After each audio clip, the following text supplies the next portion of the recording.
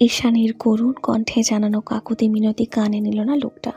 উল্টো নিজের পুরুষালিত খড়খড়ে হাতটা ঈশানীর পিঠের দিকে নিয়ে আচমকা ঢুকিয়ে দিল ওর জামার মধ্যে। তৎক্ষণাৎ গগন কাঁপিয়ে চিৎকার দিয়ে উঠল ঈশানী। বিধিবাম, এই চিৎকার শোনার মতো মানুষ তো দূরে থাক, একটা জন্তু জানোয়ারও নেই আশেপাশে। ছেড়ে দিন দয়া করে, এটা করবেন না। লোকটা কয়েক সেকেন্ডের মাথায় নিজের হাতটা আবারও ঈশানীর শরীর থেকে বের করে এনে ওর চোখের সামনে ধরল। নিজ শরীর থেকে লোকটার হাতের স্পর্শ সরে যেতেই পিট পিট করে চোখ খুলল ঈশানী। চোখ খোলার সঙ্গে সঙ্গে ফ্ল্যাশ লাইটের থপথপে আলোয় দেখতে পেল তার হাতের তালুতে একটা তেল তেলে জীবন্ত চোখ, যা দেখে গা গুলিয়ে উঠল ঈশানীর। ওর তড়িৎ গতিতে অন্যদিকে তাকিয়ে চোখ মুখ খিচে বলে উঠল, ওটাকে সরান প্লিজ, আমার বমি পাচ্ছে। লোকটা তাই করল। অতঃপর টিস্যু দিয়ে হাত মুছতে মুছতে গম্ভীর আওয়াজে বলল, এখানে কি করছো? লোকটার রাশ ভারী আওয়াজে যেন হৃদয় কেঁপে উঠল ঈশানীর। একে তো গভীর হাস্কি স্বর, তার উপর প্রথমবারেই কেউ কাউকে তুমি করে ডাকতে পারে। কথার ধরন শুনে মনে হচ্ছে যেন পুরো দুনিয়ায় অবাধ কর্তৃত্ব রয়েছে তার। He is the only one. Ishani চুপ করে ভ্রু কুচকে এক ধ্যানে তাকিয়ে আছে দেখে লোকটা এবার আস্তে করে উঠে চলে যায়। লোকটা ওকে রেখে চলে যাচ্ছে ব্যাপারটা বোধগম্য হতেই ঈশানী দ্রুত উঠে পড়ে। খুঁড়িয়ে খুঁড়িয়ে লোকটার পেছন পেছন হাঁটতে হাঁটতে বলে, পাহাড়ে এসেছিলাম বন্ধুদের সাথে হাইকিংয়ে। কেমন বন্ধু তোমার, এভাবে ফেলে চলে গেল? লোকটার কথায় ভীষণ তিক্ততা, যেন ভালো করে কথা বলা তার ডিকশনারিতে নেই। তবুও আপাতত এই তিক্তভাষী লোকটাই লোকালয়ে ফেরার একমাত্র ভরসা। তাই বাধ্য মেয়ের মতো নিচু গলায় জবাব দিল ঈশানী, আসলে ওদের কোনো দোষ নেই, আমি ক্লাইম্ব করতে গিয়ে খাদে পড়ে গিয়েছি। লোকটার সামনে এগিয়ে যেতে যেতে বলল, সরকারের নিষেধাজ্ঞা আছে, তা জানা সত্ত্বেও তোমাদের এদিকটা আসা একদমই উচিত হয়নি। তা ঠিক। কথা বলার এই পর্যায়ে ওরা এসে থামলো একটা কালো জিপের সামনে। এই গহীন জঙ্গলে জিপ, তার উপর জঙ্গলের মধ্যেই সরু রাস্তা, যা দেখে এই মুহূর্তে ঈশানীর চোখ কপালে। ফলস্বরূপ নিজের কথার খেই হারিয়ে অস্ফুটেই ঈশানী বলে ওঠে, এটা কি করে সম্ভব? এই পরিত্যক্ত জঙ্গলে এমন রাস্তা কে বানালো? অবিশ্বাস্য। লোকটা জবাব দিল না, বরং এগিয়ে গিয়ে উঠে বসলো জিপে। ঈশানী তখনও সেখানে ঠায় দাঁড়িয়ে, সংকোচ আর দ্বিধায় চরচরিত সে। লোকটা জিপ স্টার্ট দিতে দিতে নিজের পিয়ার্সিং করা ভ্রুটা তীরের ছলার মতো উঁচিয়ে বলে উঠল, তোমাকে কি ইনভাইট করে এনে তারপর বসাতে হবে? লোকটার অকস্মাৎ তিরস্কারে দ্রুত এগিয়ে এসে জিপে চেপে বসলো ঈশানী। অতঃপর সিট বেল্টটা লাগাতে লাগাতে শুধালো, আমি তো আমার ঠিকানা বলিনি, তাহলে কোথায় নিয়ে যাচ্ছেন আপনি আমায়? আবার সেই অনুভূতিহীন তীক্ষ্ণ চাহনি, ধূসর চোখজোড়া মাদকাবিষ্ট, যেন এই চোখে তাকালে এক্ষুনি ঝড় উঠবে তার বক্ষ পিঞ্জরে, শুরু হয়ে যাবে হৃদয়ের সেই নীল ব্যথা। এভাবেই হুটহাট প্রশ্ন করার দায়ে লোকটা তার চোখ দিয়েই যেন হুকুমের স্বরে গর্জে উঠল মাত্র। কেমন বরফের মতো নির্জীব আর শূন্য সেই দৃষ্টি। জিপের ফ্ল্যাশের স্পষ্ট আলোয় সেই শূন্য চোখে তাকিয়ে থাকা বড়ই মুশকিল আর বেদনাদায়ক। অগত্যাই চোখ নামিয়ে শুষ্ক একটা ঢোক গেলে ঈশানী চোখ নামিয়ে নিলে লোকটা জঙ্গলের আঁকাবাঁকা রাস্তায় গাড়ির টার্ন ঘোরাতে ঘোরাতে বলল, এই রাতের বেলা জঙ্গল ছাপিয়ে লোকালয়ে পৌঁছানো সম্ভব নয়, রাস্তাঘাট কর্দমাক্ত হয়ে আছে, তাই আপাতত আমার বাড়িতে যাচ্ছ তুমি। ঈশানী আর আগ বাড়িয়ে কিছু জিজ্ঞেস করলো না। আসলে ও জিজ্ঞেস করার অবস্থাতেই নেই, সমস্ত শরীর কাদা পানিতে প্যাচ প্যাচ করছে ওর। পাহাড় থেকে পড়ে যাওয়ার কারণে বন বিচুটিতে লেগে শরীরের ভেতরের কাঁটা ছেঁড়া জায়গাগুলোতে নোংরা পানি লেগে বারুদের মতো জ্বলে উঠছে ক্ষণে ক্ষণে। এরকম নোংরা ভেজা জামা কাপড় পরে থাকলে নির্ঘাত আজ রাতেই নিউমোনিয়া, ডায়রিয়া সব একসাথে শুরু হবে। ঈশানী সেই তখন থেকে মোচড়ামুচড়ি করে যাচ্ছে, তা দেখে মাস্ক পরিহিত লোকটা হুট করেই হার্ড ব্রেক কষল জিপে। অকস্মাৎ গাড়ি থেমে যাওয়ায় ঈশানী এবার প্রশ্নসূচক দৃষ্টি নিক্ষেপ করলো লোকটার পানে। তবে সে চাইল না ঈশানীর সেই প্রশ্নসূচক দৃষ্টিপানে, বরং এক টানে নিজের পরিহিত কালো হুডির চেনটা খুলে সেটাকে ঈশানীর দিকে বাড়িয়ে দিয়ে বলল, চেঞ্জ করে নাও, আই থিঙ্ক এটা তোমাকে খুব ভালোভাবে কভার করে ফেলবে। এই মুহূর্তে লোকটা ঈশানীকে ওর সব থেকে প্রয়োজনীয় জিনিসটা অফার করলেও তাতে কোনোরূপ ধ্যান নেই ঈশানীর। ও তো সির্ফ তাকিয়ে আছে ওই ব্ল্যাক কার্গো প্যান্ট আর ব্ল্যাক স্কিনি স্যান্ডো গেঞ্জি পরিহিত সুঠাম দেহি অচেনা লোকটার দিকে। লোকটার চওড়া দেহ, ঢেউ খেলানো বক্ষস্থল, 8 প্যাক অ্যাবস, সব কিছুই জিপের সফেদ আলোতে স্পষ্ট দৃশ্যমান। এভাবে একটা পুরুষকে এতটা খুঁটিয়ে খুঁটিয়ে বোধ হয় এই প্রথম পর্যবেক্ষণ করল ঈশানী। লোকটার শারীরিক গঠন এতটা নজর করা যে হুট করেই ঈশানীর অযাচিত মন বলছে, আচ্ছা ওনার চেহারাটা দেখতে কেমন? নিশ্চয়ই খুব সুদর্শন। আচ্ছা উনি কি সত্যিই কোনো সুপারস্টার নাকি আলফা ম্যান? Excuse me. লোকটার রাশভারী আওয়াজে ধ্যান ভঙ্গ হয় ঈশানীর। ভ্রম কেটে যেতেই মুহূর্তের মধ্যে নিজের কর্মকাণ্ডে লজ্জিত হয়ে ঈশানী মনে মনে কয়েকটা চপেটা ঘাত লাগিয়ে দিল নিজের গালেই। কি নির্লজ্জের মতো তাকিয়েছিল ও এতক্ষণ। মনে হয় জীবনে সুদর্শন পুরুষ দেখেনি আর। ও যে এতক্ষণ লোকটাকে একধানে পর্যবেক্ষণ করছিল। ব্যাপারটা ধামা চাপা দেওয়ার জন্য দ্রুত হস্তে হোলিটা গ্রহণ করলো ঈশানী। অতঃপর মিনমিনিয়ে শুধালো, এখানেই? লোকটা জিপ থেকে নেমে পেছনের দিকে এগিয়ে যেতে যেতে বলল, হ্যাঁ এখানেই। চেনা নেই জানা নেই হুট করেই একটা লোকের পরিহিত জামা গায়ে চড়ানো, ব্যাপারটাতে অস্বস্তি হওয়ার কথা ঈশানীর, কিন্তু তেমন কিছুই দেখা গেল না ওর মাঝে। উল্টো পেছনের দিকে একটু উকি দিয়ে দেখতে পেল লোকটা সত্যিই অন্যদিকে ঘুরে দাঁড়িয়ে আছে, যা দেখে বড়সড় একটা স্বস্তির নিঃশ্বাস ছেড়ে দ্রুত চেঞ্জ করে নিল ঈশানী। হুডিটা গায়ে চড়ানোর সঙ্গে সঙ্গে একটা পুরুষালী কোলনের মাদকীয় সুবাস একেবারে নাক ছাপিয়ে হৃদয়কে ধাক্কা খেল ওর। নামি দামি বিদেশি ব্র্যান্ড ডার্ক স্মেলযুক্ত কোনো পারফিউম, তার সাথে মিলিত হয়েছে পুরুষালী শরীরের একটা ওয়াইল্ড মাদকীয় সুঘ্রাণ। দুটো মিলেমিশে একাকার হয়ে নাকে লাগতেই কেমন একটা ব্যাড বয় ভাইব দিচ্ছে। এমন ঘোর লাগা কৃত্রিম পুরুষালী কলনের সঙ্গে পরিচিত নয় ঈশানী, যার ফলে কলারের কাজটা টেনে মুখের কাছে এনে আরও একবার নাক টেনে ঘ্রাণ নিল। সঙ্গে সঙ্গে আবারও নেশাগ্রস্তদের মতোই ঘোর লেগে গেল ওর দু চোখে। এটা আদতে কি পারফিউম জানা নেই ঈশানীর, তবে এই পুরুষালী সুঘ্রাণটা মাদকের মতোই হুডিটার দিকে খুব করে টানছে ওকে। ব্যাপারটা ভীষণ অস্বস্তিকর। কেন হুট করেই এই লোকটার সব কিছু এত আকর্ষণীয় লাগছে দু চোখে জানা নেই ঈশানীর, তবে এই অযাচিত প্রশ্নের উত্তর খোঁজার উপযুক্ত সময় এটা নয়। সেই ভেবে হাঁটু সমান হুডিটা আরেকটু টেনে টুনে বড় করে গার্ডারটা এক টানে খুলে ভেজা চুলগুলোকে উন্মুক্ত করে দিয়ে পেছনে তাকিয়ে ডেকে উঠল ঈশানী। হয়ে গিয়েছে। ঈশানী ডেকে ওঠার সঙ্গে সঙ্গে ফিরে এসে পুনরায় জিপ স্টার্ট করলো লোকটা। গাড়ির স্টিয়ারিং ঘোরাতে ঘোরাতেই লোকটা নাক টেনে অস্ফুট স্বরে বলল, ভ্যানিলা। কিছু বললেন? নাথিং। সামনে ঘুটঘুটে অন্ধকার, দুই পাশে দানবের মতোই শটান দাঁড়িয়ে আছে পাহাড়ি গাছগাছালি।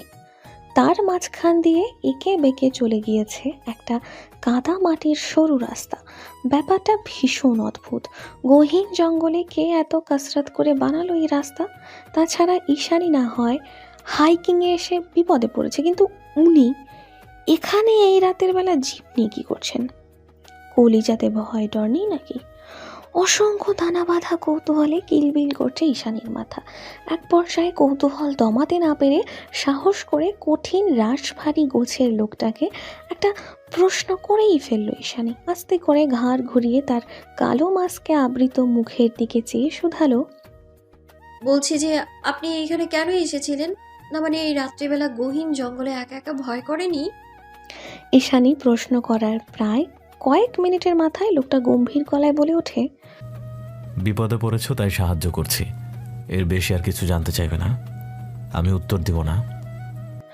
মুখের উপর একেবারে চপেটাঘাত ছুঁড়ে মারার মতোই শক্ত কণ্ঠে কথাগুলো ছুঁড়ে মারল লোকটা। তবুও ঈশানী জেদি গলায় বলে উঠল, কিন্তু কেন? লোকটা এবার স্পিডোমিটারের গতিবেগ বাড়িয়ে অকস্মাৎ চোখে চোখ রাখল ঈশানী। অতঃপর অনুভূতিহীন ডমিনেটিং হাস্কি কণ্ঠে বলল, কারণ আমি কাউকে কৈফিয়ত দেই না, আর তোমাকেও দেব না।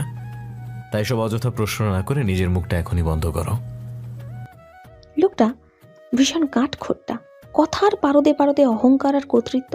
আগা গোড়া দেখতে যতটা না সুন্দর আর লম্বা, কথার টোন তার থেকেও বেশি ধারালো আর তিক্ত।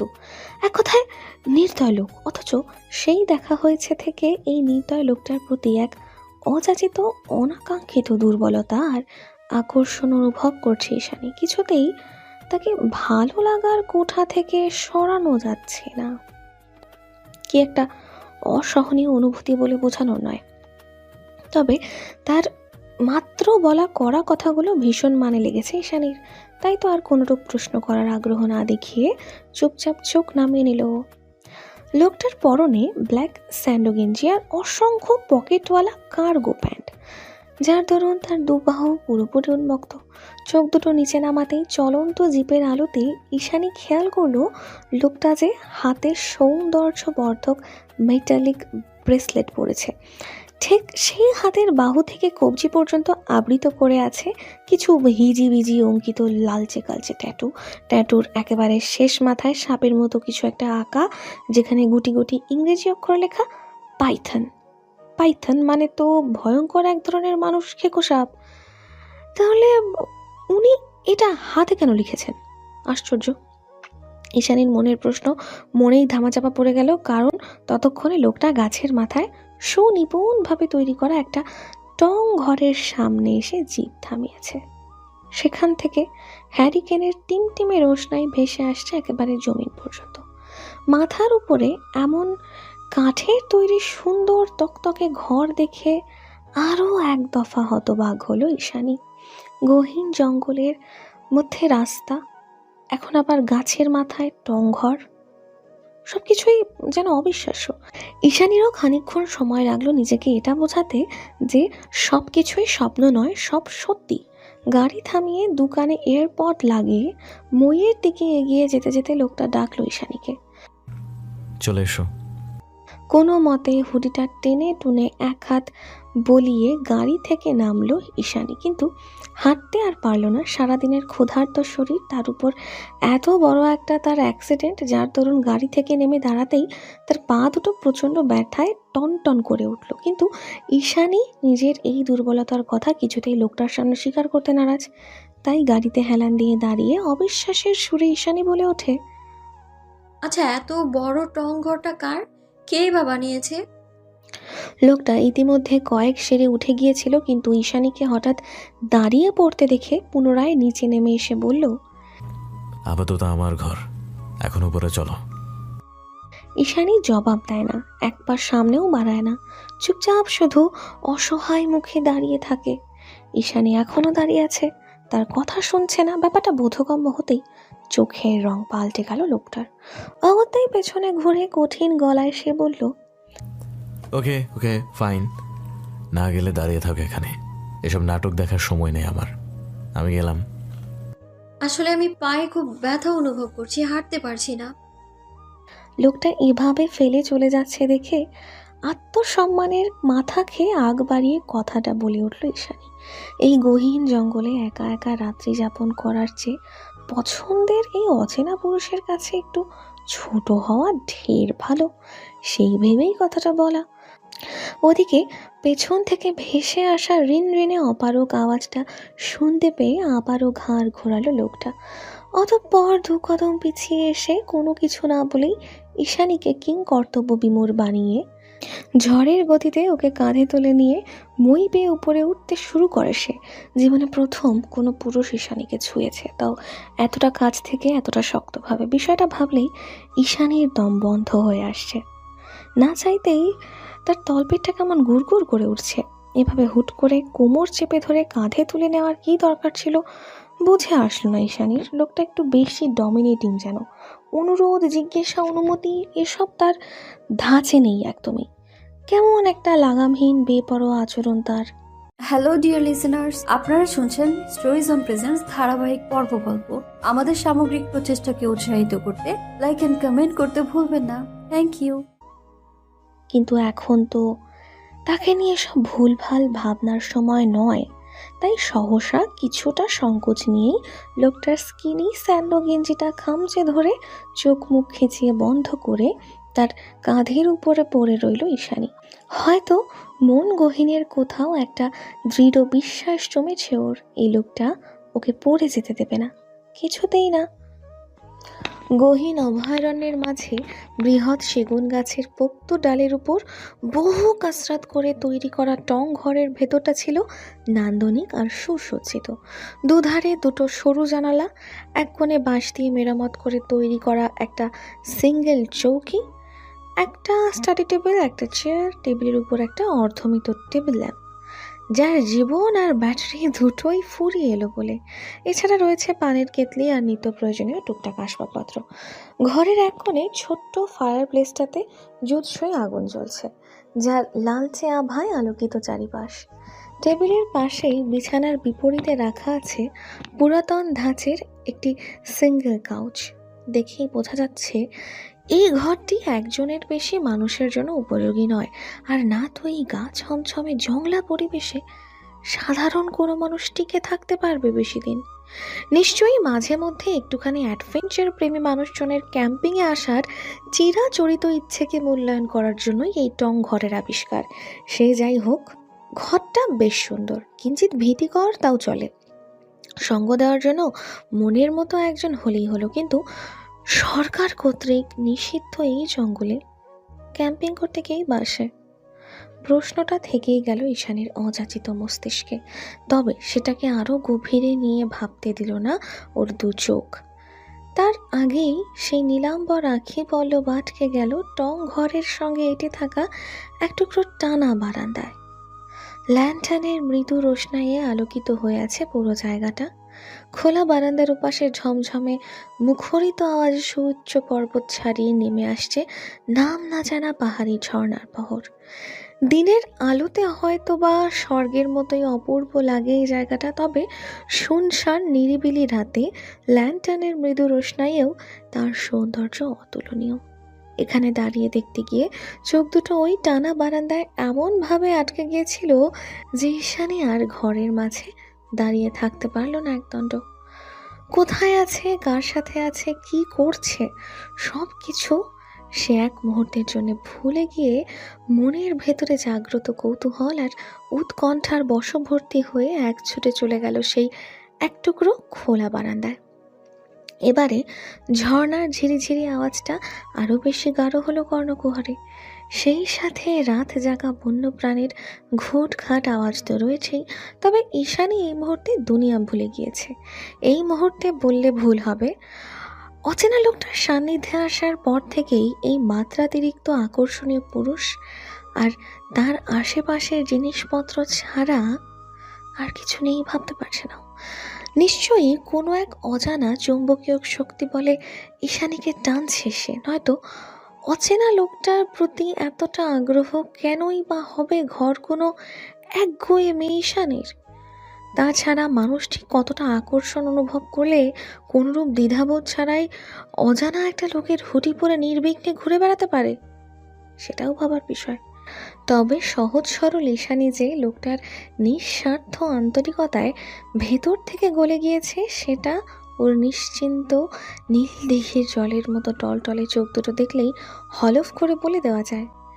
সমতল থেকে প্রায় 10 ফিট উপরে অবস্থিত এই টং ঘরের ঝুলন্ত খোলা বারান্দায় পা রাখতেই সবার আগে ঈশানীর চোখ গেল মসৃণ পাটাতনের ঠিক মাঝ বরাবর শটান দাঁড় করিয়ে রাখা একটা বিশাল সাইজের দূরবীনের দিকে।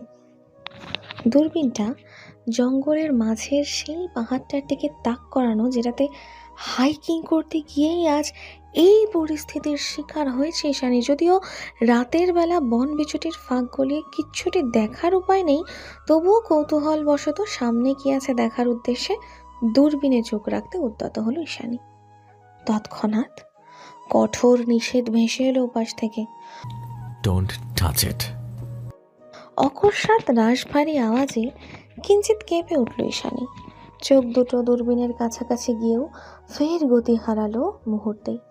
না বলে কয়ে অন্যের জিনিসে হাত দেওয়ার চক্ষু লজ্জায় নিষ্পিস করে উঠল তার ভেতরটা। তবুও ঘাড় ঘুরিয়ে সরু চোখে চাইল পেছনে, দেখল নিজ ওভার সাইজ কার্গো প্যান্টের পকেটে দুহাত গুজে ওর থেকে কয়েক হাত দূরে দাঁড়িয়ে আছে লোকটা। এই জঙ্গলে নেটওয়ার্কের নও নেই, তবুও তার দোকানে অ্যাপল খচিত এয়ারপড লাগানো, ব্যাপারটা অদ্ভুত। অবশ্য এই লোকের সকল কর্মকাণ্ডই অদ্ভুত। শুধু অদ্ভুত বললে ভুল হবে, অদ্ভুত রকম আকর্ষণীয় বটে। তাই ঈশানী আর ভাবতে গেল না সেসব নিয়ে, উল্টো বারান্দা ডিঙিয়ে ভেতরে প্রবেশ করে সাবলীল গলায় লোকটাকে শুধালো। আপনি যে বললেন এটা আপনার বাড়ি, তা না হয়ে মেনে নিলাম, কিন্তু আপনার পরিবার কোথায়? দেখে তো মনে হয় না এখানে আর কেউ থাকে। আগেও বলেছি, আবারও বলছি, আমাকে প্রশ্ন করার স্পর্ধা দেখাবে না। আমি কাউকে কোনো কৈফিয়ত দিই না। আবারও সেই কাঠ কাঠ তিরিক্ষি মেজাজ। ঈশানীর মনে হচ্ছে এগুলো কথা নয়, বরং গলিত সীসা যা বারবার ওর মুখের উপর ছুঁড়ে মারছে লোকটা। কথার পারদের সীমাহীন রুষ্টতা, যার দরুন বারবার অপমানে নীল হয়ে যাচ্ছে ঈশানীর রাজহংসীর মতো গম রঙা চেহারাখানা। নীলাম্বর চোখের কোণে টলমল করছে অশ্রুজল। ওর চেহারা দেখে মনে হচ্ছে খুব কাছের কেউ কষ্ট দিয়ে ফেলেছে ওকে, আর এক্ষুনি নিজের ভুল স্বীকার করে ক্ষমা না চাইলে অভিমানে ফেটে পড়বে ঈশানীর দু চোখ, মন, হৃদয়, সব কিছু। তবে অচেনা লোকটার স্বভাব চরিত্রে বোধ হয় নির্দয় কথাটা একেবারে বাধাই করে জুড়ে দেওয়া, যার দরুন ঈশ্বর এমন করুণ ব্যথাতুর চাহনিতেও তার মাঝে কোনোরূপ হেলদোল দেখা গেল না। ঈশানীও তো কম যায় না, ভেতর থেকে দুর্বল হলেও বাইরে কাঠিন্যের যথাসম্ভব ঠিকই ধরে রাখার ক্ষুদ্র প্রয়াস চালালো। লম্বা শ্বাস টেনে ঝাঁঝালো গলায় বলল, ঠিক আছে, তাই হবে। আপনি যেহেতু নিজের সম্পর্কে কিছুই বলবেন না, তাহলে আমিও বলবো না। দয়া করে আমাকে কিছু জিজ্ঞেস করতেও আসবেন না, কিন্তু একটা কথা। লোকটা বোধহয় ক্রূর হাসল। কালো মাস্কের আড়ালে ঠোঁটের আগায় খেলে যাওয়া সেই তীক্ষ্ণ হাসিটা চোখ এড়াল না ঈশানী। তবে ওর নজর এখনো পিয়ার্সিং করানো শূন্য একজোড়া ধূসর বাদামি চোখে নিবদ্ধ।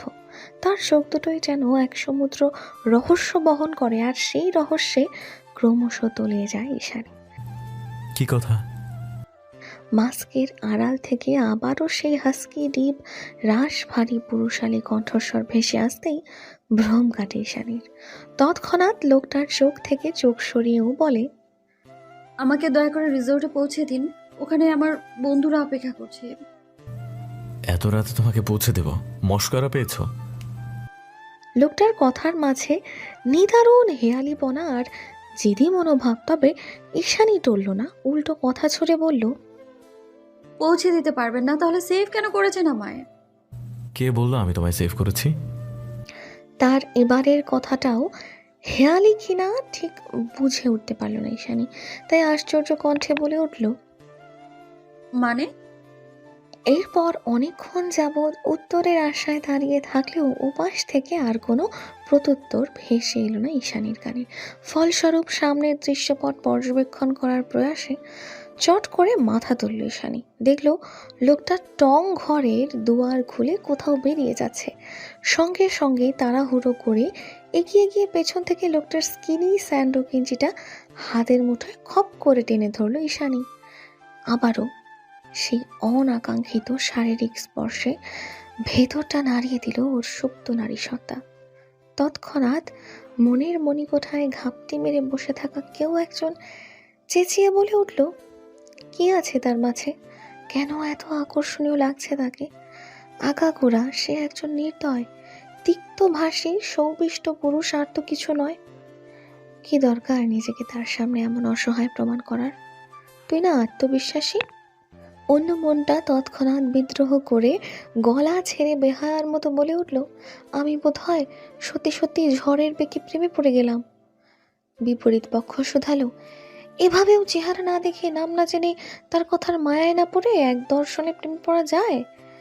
জবাবে অন্য মন লাফিয়ে উঠে বলল, যাই তো, খুব চাই, এই নিয়ে 2বার বাঁচালো সে আমায়। এখন এই মুহূর্তে আমি তার হেফাজতেই সুরক্ষিত রয়েছি। এটা কি আন্তরিকতা নয়? আর সবচেয়ে বড় কথা, আমার মস্তিষ্ক নয়, হৃদয় তাকে চাইছে। এতে আমার হাত কোথায়? শরীরে একটা কোমল হাতের টান অনুভব হতেই পেছনে ঘুরল লোকটা।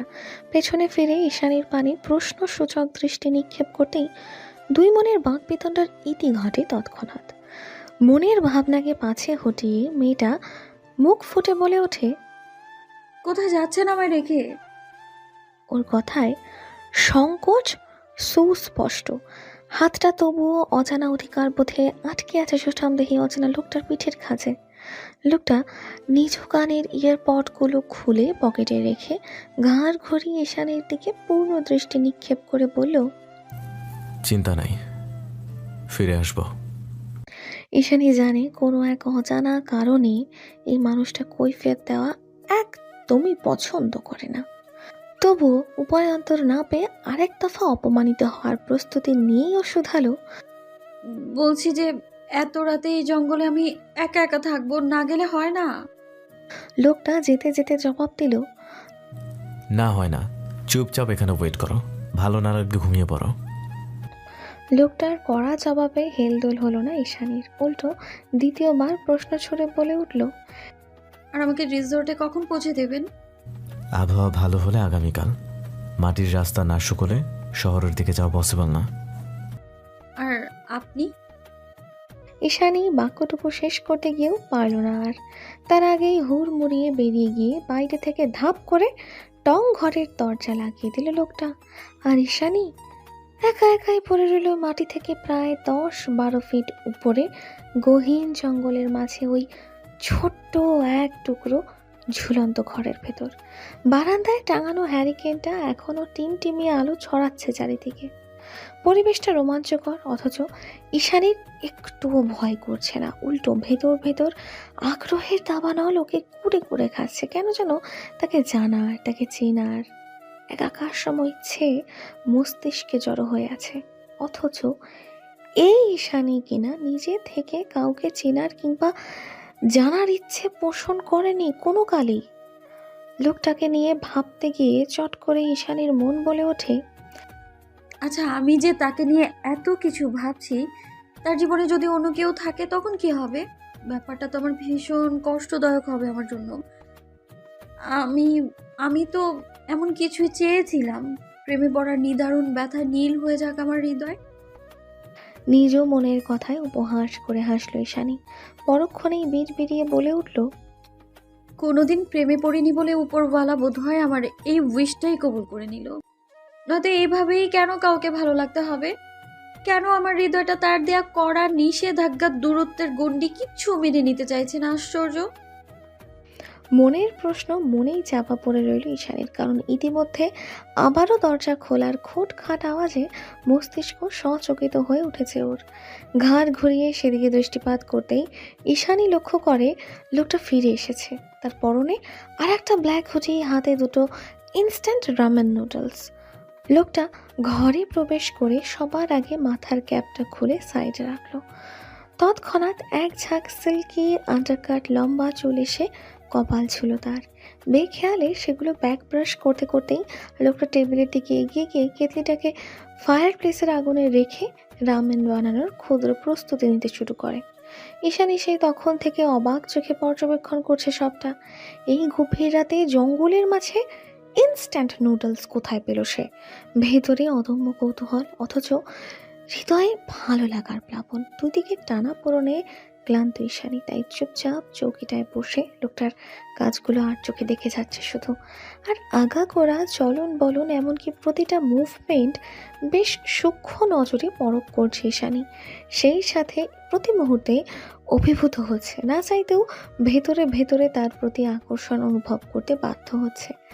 ঈশানী যখন আর চোখে এভাবে চোরের মতন লুকিয়ে লুকিয়ে লোকটাকে এক মনে পরখ করছিল, ঠিক সেই সময় হুট করে লোকটা না ঘুরেই ঈশানীর উদ্দেশ্যে বলে উঠল, আমাকে এভাবে লুকিয়ে দেখা বন্ধ করো।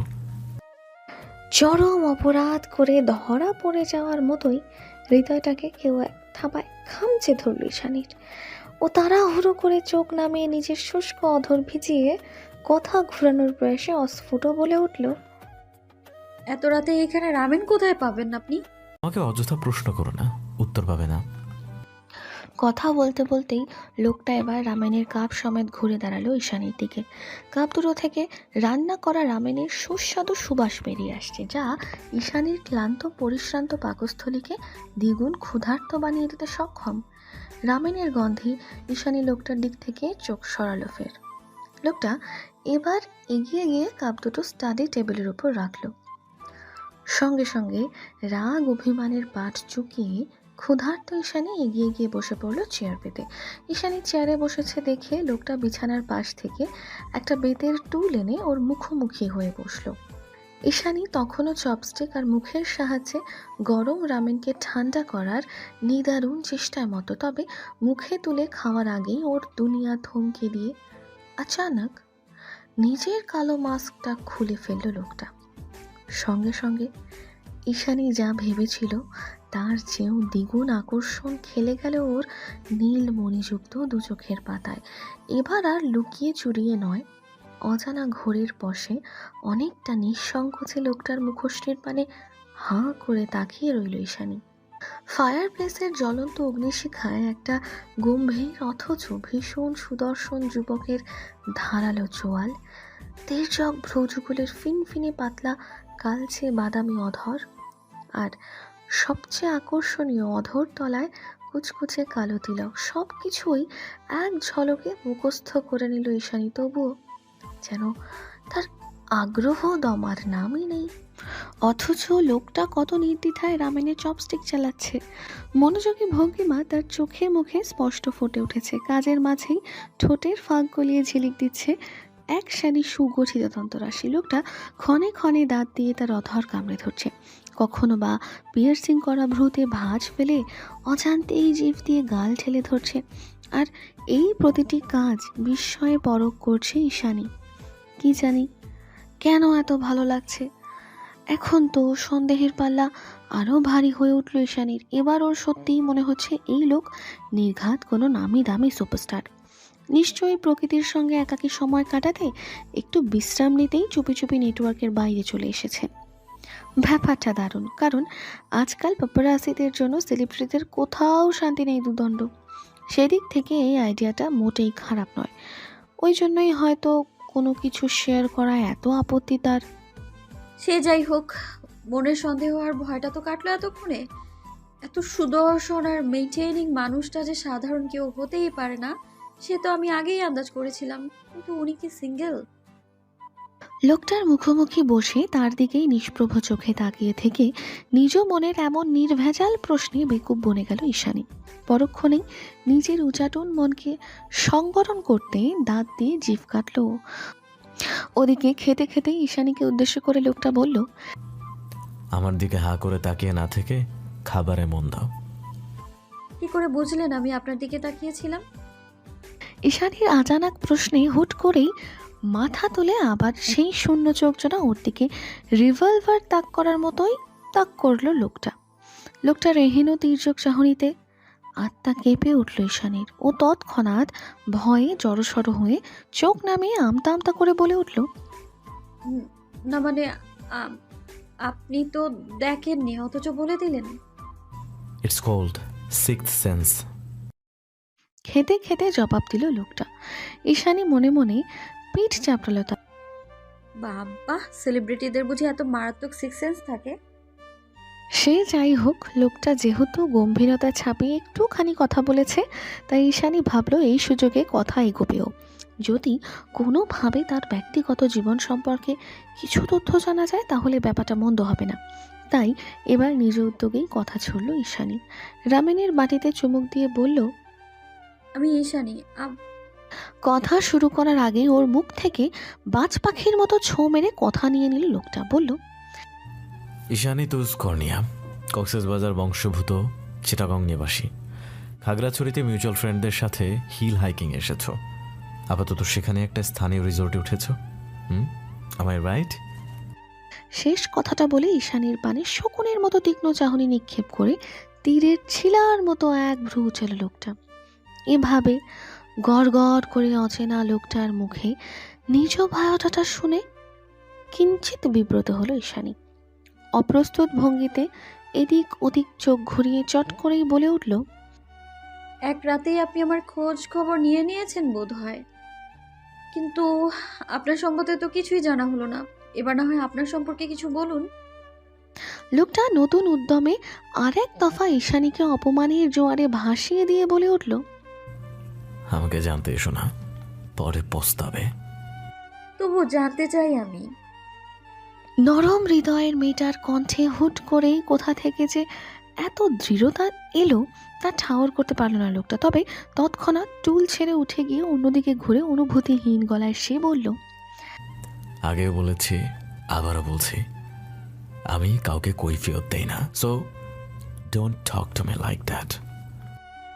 দেখা হয়েছে থেকে ঈশানীর হৃদয়ে আবেগ চড়ানো সত্য তৈরি হওয়া অনুভূতিগুলোকে বারবারই এভাবে মুখের উপর কড়া নিষেধাজ্ঞা আরোপ করে দিয়ে অপমানিত করছে লোকটা। তবুও কোথায় যেন নিজের আত্মসংযম, আত্মসম্মান সব কিছু জলাঞ্জলি দিয়ে ঈশানী প্রতিবারই আগ বাড়িয়ে কথা বলার জন্য এগিয়ে গিয়েছে, কারণ ওর মন বলেছে লোকটা উপরে যা দেখায় ভেতরে একেবারেই তা নয়। হয়তোবা স্বভাবের দিক দিয়ে সেও অনেকটা ওর সাথে সদৃশ, যার কিনা উপরিভাগ শক্ত খোলসে আবৃত হলেও তার মনটা ভীষণ নমনীয়। কিন্তু এবার মনে হচ্ছে ঈশানীর সব ধারণাই ভুল। লোকটা সত্যিকার অর্থেই পাষাণ আর নির্দয় প্রকৃতির। নইলে একটা মেয়ে মানুষের সাথে কিভাবে যথাযথ নিয়মে কথা বলতে হয় সেটুকু ভদ্রতা পর্যন্ত জানে না, নাকি সেলিব্রিটি বলে মনের ভেতরে এত অহংকার? তাই যদি হয় তবে ঈশানীও কম যায় না। ও এবার মনে মনে ঠিক করলো, যতই ভালো লাগা কাজ করুক না কেন আর যতই তার প্রতি দুর্বলতা বাড়ুক না কেন, ও নিজের থেকে আগ বাড়িয়ে হে পাষাণ লোকটার সাথে আর একটা কথাও বলবে না, কিছুতেই না। যেই ভাবা সেই কাজ। মুখে একেবারে কুলুপ এঁটে বসে রইল ঈশানী। রাত বাড়ার সঙ্গে সঙ্গে বাইরের আবহাওয়া খারাপ হতে শুরু করেছে। থেকে থেকে বিদ্যুৎ চমকাচ্ছে, হয়তো বিকেলের মতো ঝড় আসবে আবারও। আর তা না হলে মুষলধারার বর্ষণ হবে নিশ্চিত। ঈশানী যখন এক মনে আবহাওয়া নিয়ে দুশ্চিন্তাগ্রস্ত, এমন সময় লোকটা বারান্দায় টাঙানো কেরোসিনের ল্যান্টার্ন নিভিয়ে দিতে দিতে হাস্কি টোনে বলল, রাত হয়েছে, ঘুমিয়ে পড়ো। ঈশানী তাই করল। পরনের হুড়িটা টেনে টুনে খানিকটা কাঁচুমাচু হয়ে চুপচাপ শুয়ে পড়ল বাঁশের তৈরি এক ফালি সিঙ্গেল বেডের উপর। এখন চারিদিকে পিন বতন নীরবতা। ছোট্ট ঘরটায় কোনো রূপ সারা শব্দ নেই আর। কাঠ কয়লা জ্বলে গিয়ে আগুন নিভে এসেছে ফায়ারপ্লেসে, যার দরুন চারপাশ নিস্তব্ধ তিমিরে মোড়ানো। ঘুটঘুটে অন্ধকারের মাঝেই ঈশানী পাশ ঘরে শুয়ে আছে। ঠিক সে সময় আকস্মিক বিজলির আলোতে আলোকিত হয়ে ওঠে পুরো টং ঘর। দমকা হাওয়ায় ক্ষণে ক্ষণে সাই সাই আওয়াজ তুলে খোলা বারান্দা ছাপিয়ে মেঘ ভেজা বাতাসে এলোমেলো হয়ে যায় আসবাবপত্র। সেই সাথে হিমেল হাওয়ার পারদে শিরশির করে ওঠে ইস্যুর সর্বাঙ্গ। রোমাঞ্চকর অনুভূতিতে দাঁড়িয়ে যায় শরীরের সমস্ত লোমকূপ। আর কয়েক সেকেন্ড অন্তর সেই ক্ষণিকের বিজলির আলোতে ওর জলজলে নীলাম্বর চোখের সাথে মিলিত হয় আরও একজোড়া শূন্য বাদামি চোখ, যেই চোখে নেই কোনো অনুভূতি আর না তো আবেগ, অথচ অন্ধকারের মাঝে সেই চোখের দৃষ্টি নির্লিপ্তে নিষ্প্রভ হয়ে এঁটে আছে শরতের মেঘমুক্ত আকাশের মতোই ঈশানীর গাঢ় নীল চোখে। ঈশানী কিছুতেই পড়তে পারছে না ওই শূন্য নির্জীব চোখের ভাষা। তবে এই দৃষ্টি ওর অন্তঃস্থলে কেমন একটা ভোঁতা অনুভূতি জাগিয়ে তুলেছে হঠাৎ করে, যার ফলস্বরূপ অন্ধকারের মাঝেই অস্ফুটে একটা বাক্য বেরিয়ে আসে ঈশানীর কণ্ঠনালী ভেদ করে। আপনার পরিবার? লোকটা ঈশানীর মুখোমুখি কাউচের উপর বসেছিল। এখন তার মুখে মাস্ক আবৃত নেই, বরং বিজলির উজ্জ্বল আলোয় তার চিবুকের ওই কালো কুচকুচে তিলকটা কয়েক সেকেন্ড অন্তর অন্তর জলজল করে উঠেছে। ঠোঁটের নিচের তিল যেন তার পৌরসবোধকে দ্বিগুণ আকর্ষণীয় করে তুলেছে। যে নারীটা কখনো পুরুষের সৌন্দর্যে আটকায় না, সেও বোধহয় এই একরত্তি তিলকের সৌন্দর্যের প্রশংসা করতে বাধ্য। অমন গৌর বর্ণের পুরুষালী তীক্ষ্ণ চেহারায় একেবারে জুৎসই বিউটি স্পট। এমনটা কমই দেখা যায়। বরাবরের মতোই আলো ছায়ার মাঝে লোকটাকে খুঁটিয়ে দেখতে দেখতেই আশ্চর্য হয় ঈশানী। যার চেহারা এতটা সুনিপুণ আর সুদর্শন, তার কথাবার্তায় এতটা তিক্ততা, এও কি মানা যায়? ঈশানীর ভাবনার সুতো ছিল লোকটার গম্ভীর গলায় বলা আরও কিছু তিক্ত কথার পারতে। কতবার বলেছে আমাকে প্রশ্ন করবা না, আর করলেও উত্তর পাবা না। ঈশানী অবশ্য এবার আর হতবাক হয়নি, ও এটার জন্য প্রস্তুত ছিল। তাই উত্তর না পাওয়া সত্ত্বেও চুপ হয়ে রইল। ঈশানী চুপ থাকলেও অপর পাশ থেকে লোকটা কি ভেবে যেন গলাটা কিঞ্চিত খাদে নামিয়ে বলল, তুমি যেটা শুনতে চাইছো সেটা নেই। এবার আর অন্ধকারের মাঝেও তাকিয়ে থাকতে পারল না ঈশানী। ভীষণ রকম অস্বস্তিতে পড়ে তাড়াহুড়ো করে ঘুরে শুলো অন্য পাশে। অন্যদিকে ঘুরে চোখ দুটো খিচে বন্ধ করে মনে মনে ভাবল, ইস, উনি কি করে বুঝলো আমি আদতে কি শুনতে চেয়েছি? তাহলে কি উনিও বুঝতে পেরেছেন যে আমি আকারে ইঙ্গিতে ওনার লাইফ পার্টনারের কথা জিজ্ঞেস করেছি? আর উনি কি এইমাত্র এটার উত্তরই দিলেন? অকস্মাৎ বন্ধ চোখ জোড়া খুলে গেল ঈশানীর। তৎক্ষণাৎ ঠোঁট কামড়ে ভেতরের নিদারুণ উত্তেজনা সংবরণ করে পুনরায় লম্বা শ্বাস টেনে স্থির করল নিজেকে। মনের ভেতর অনেকটা অযাচিত খুশি জমিয়ে ভেতর থেকে একটা চাপা কৌতূহল আর দুশ্চিন্তার অবসান ঘটতেই কখন যে নির্বিঘ্নে ঘুমের দেশে পাড়ি জমালো মেয়েটা, তার আর ইয়েত্তা নেই। এরপর যখন ঘুম ভাঙে তখন সূর্যি মামা পূব আকাশে অবাধে ঝুরঝুরে সোনালি রোদ ছড়িয়ে দিয়ে বসে আছে। আকাশ পরিষ্কার, যত্রতত্র ধূসর মেঘের ভেলা উড়ে বেড়াচ্ছে বইকি, তবে তুলনামূলক আজকের আবহাওয়াটা বেশ ভালো। আষাঢ়িয়া বাদলা দিনের অবসান হলো, তবে ঈশানী যতক্ষণে আড়মোড়া ভেঙে চারিদিকে খেয়াল করে ঠাউর করতে পারলো যে ও আসলে কোথায় আছে, ততক্ষণে পুরো দমে রেডি হয়ে কালো মাস্কের আড়ালে নিজের সুদর্শন চেহারাটাকে ঢেকে ঢুকে নাম না জানা লোকটা এসে দাঁড়ালো ঈশানীর মুখোমুখি হয়ে। এভাবে হঠাৎ করেই সামনে আসায় খানিকটা অপ্রস্তুত হয়ে পড়ল ঈশানী। ও আরও তাড়াহুড়ো হাতে নিজের এলোমেলো চুলগুলো, জামা কাপড় সব ঠিকঠাক করতে ব্যস্ত হয়ে পড়ল। লোকটার তাতে কোনোরূপ হেলদোল নেই। সে ঈশানীর সামনে দাঁড়িয়ে হুকুমের স্বরে বলল, চেঞ্জ করে নাও, তুমি ফিরে যাবে এখনই।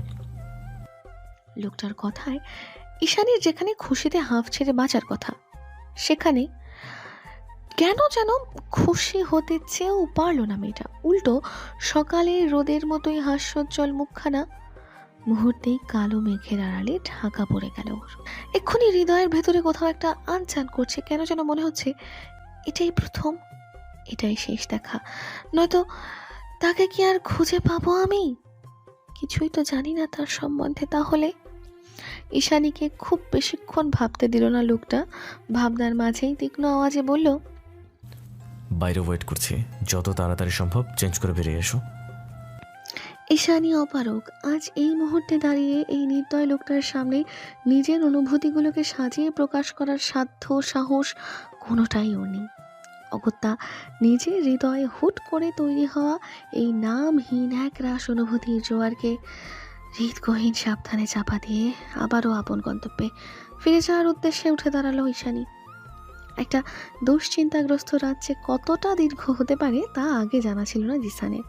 কাল রিসর্টে ফিরে ঈশানীকে খুঁজে না পেয়ে সারা রাত স্থানীয় পুলিশ স্টেশনে কাটিয়েছে জিসান। পুলিশরা মিলিটারির সঙ্গে যোগাযোগ করলেও লাভ হয়নি খুব একটা। ওরা কিছুতেই অমন ঝড় বৃষ্টির রাতে জীবনের ঝুঁকি নিয়ে ওই রেস্ট্রিক্টেড জঙ্গলে প্রবেশ করতে নারাজ। অগত্যা সকাল পর্যন্ত অপেক্ষা করতে হয়েছে জিসানকে। সকালে মিলিটারিরা ঈশানীকে খোঁজার উদ্দেশ্যে বের হলে তবেই রিসর্টে ফিরে আসে জিসান।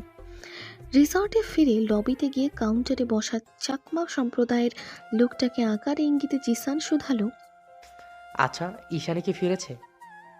লোকটা কাল থেকেই এদের কাহিনী পর্যবেক্ষণ করছে, কিছুটা আন্দাজও করেছে বটে, যার দরুন বুঝতে পেরেছে যে এদের মধ্যে কেউ একজন নিখোঁজ। তাই তিনি তৎক্ষণাৎ না সূচক মাথা নাড়িয়ে ভাঙা ভাঙা বাংলায় বললেন তিনি ঈশানীকে ফিরে আসতে দেখেননি।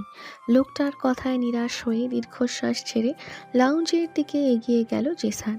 হ্যালো ডিয়ার লিসেনার্স, আপনারা শুনছেন স্টোরিজ অন প্রেজেন্স ধারাবাহিক পর্ব গল্প। আমাদের সামগ্রিক প্রচেষ্টাকে উৎসাহিত করতে লাইক এন্ড কমেন্ট করতে ভুলবেন না। Thank you. সে সময় লাউঞ্জের বিশাল মনিটরে সকালের শিরোনাম দেখানো হচ্ছিল, যেখানে একজন সুশ্রী সংবাদ পাঠিকা অনর্গল বলে যাচ্ছিলেন একের পর এক এক্সক্লুসিভ সংবাদ। জিসানো বেখেয়ালে সেদিকেই তাকিয়েছিল, তবে হুট করে একটা পর্যায়ে এসে সংবাদ পাঠিকা বলে ওঠেন, আশঙ্কামুক্ত নয় বাংলাদেশ। কর্ণকুহরে বাক্যটা পৌঁছাতেই সচকিত হয়ে টিভির পর্দায় চোখ রাখলো জিসান। দেখল কালো মাস্ক, কালো বেসবল ক্যাপ, কালো হুডি, মোট কথা আগাগোড়া কালো দিয়ে আবৃত একটা মানুষের ঝাপসা অবয়ব। বিভিন্ন জায়গা থেকে গোপনে তোলা বেশ কিছু ছবি ভাসছে টিভির পর্দায়। সেগুলোকে উদ্দেশ্য করে সংবাদ পাঠিকা বলছেন, এক গোপন সংবাদ মাধ্যম থেকে জানা গিয়েছে বিশ্বের ইয়াং মাফিয়া টেরোরিস্ট গ্রুপগুলোর মধ্যে সবচেয়ে ভয়ঙ্কর মাফিয়া ত্রাস গ্রুপের লিডার এরিশ ইভান বেশ কিছুদিন ধরে বাংলাদেশে অবস্থান করছেন। প্রায়শই দেশের অলিতে গলিতে ছদ্মবেশে ঘুরে বেড়াতে দেখা গিয়েছে তাকে। ধারণা করা হচ্ছে কোনো গোপন মিশনকে কেন্দ্র করে তার এই হঠাৎ আগমন। যদিও এরিশ ইভান বাংলাদেশ সরকারের সম্পূর্ণ ধরা ছোঁয়ার বাইরে, তবুও তার মিশন এবং উদ্দেশ্য নিয়ে তদন্ত করছেন বাংলাদেশের গোয়েন্দা সংস্থা NSI। জিসান এইটুকু দেখতে না দেখতেই ওর ফোনে কল এলো। ফোনটা রিসিভ করে কানে তোলার সঙ্গে সঙ্গে ওপাশ থেকে মৃণালিনী চেঁচিয়ে বলে উঠল, এক্ষুনি উপরে আয় জিশান, আমরা ঠিক চিনতে পারছি না ওকে। মৃণার কথা শুনে জলদি উপরে ছুটে গেল জিসান। গিয়ে দেখলো পেছনের বারান্দায় উকি দিয়ে কি যেন দেখছে ওরা সকলে।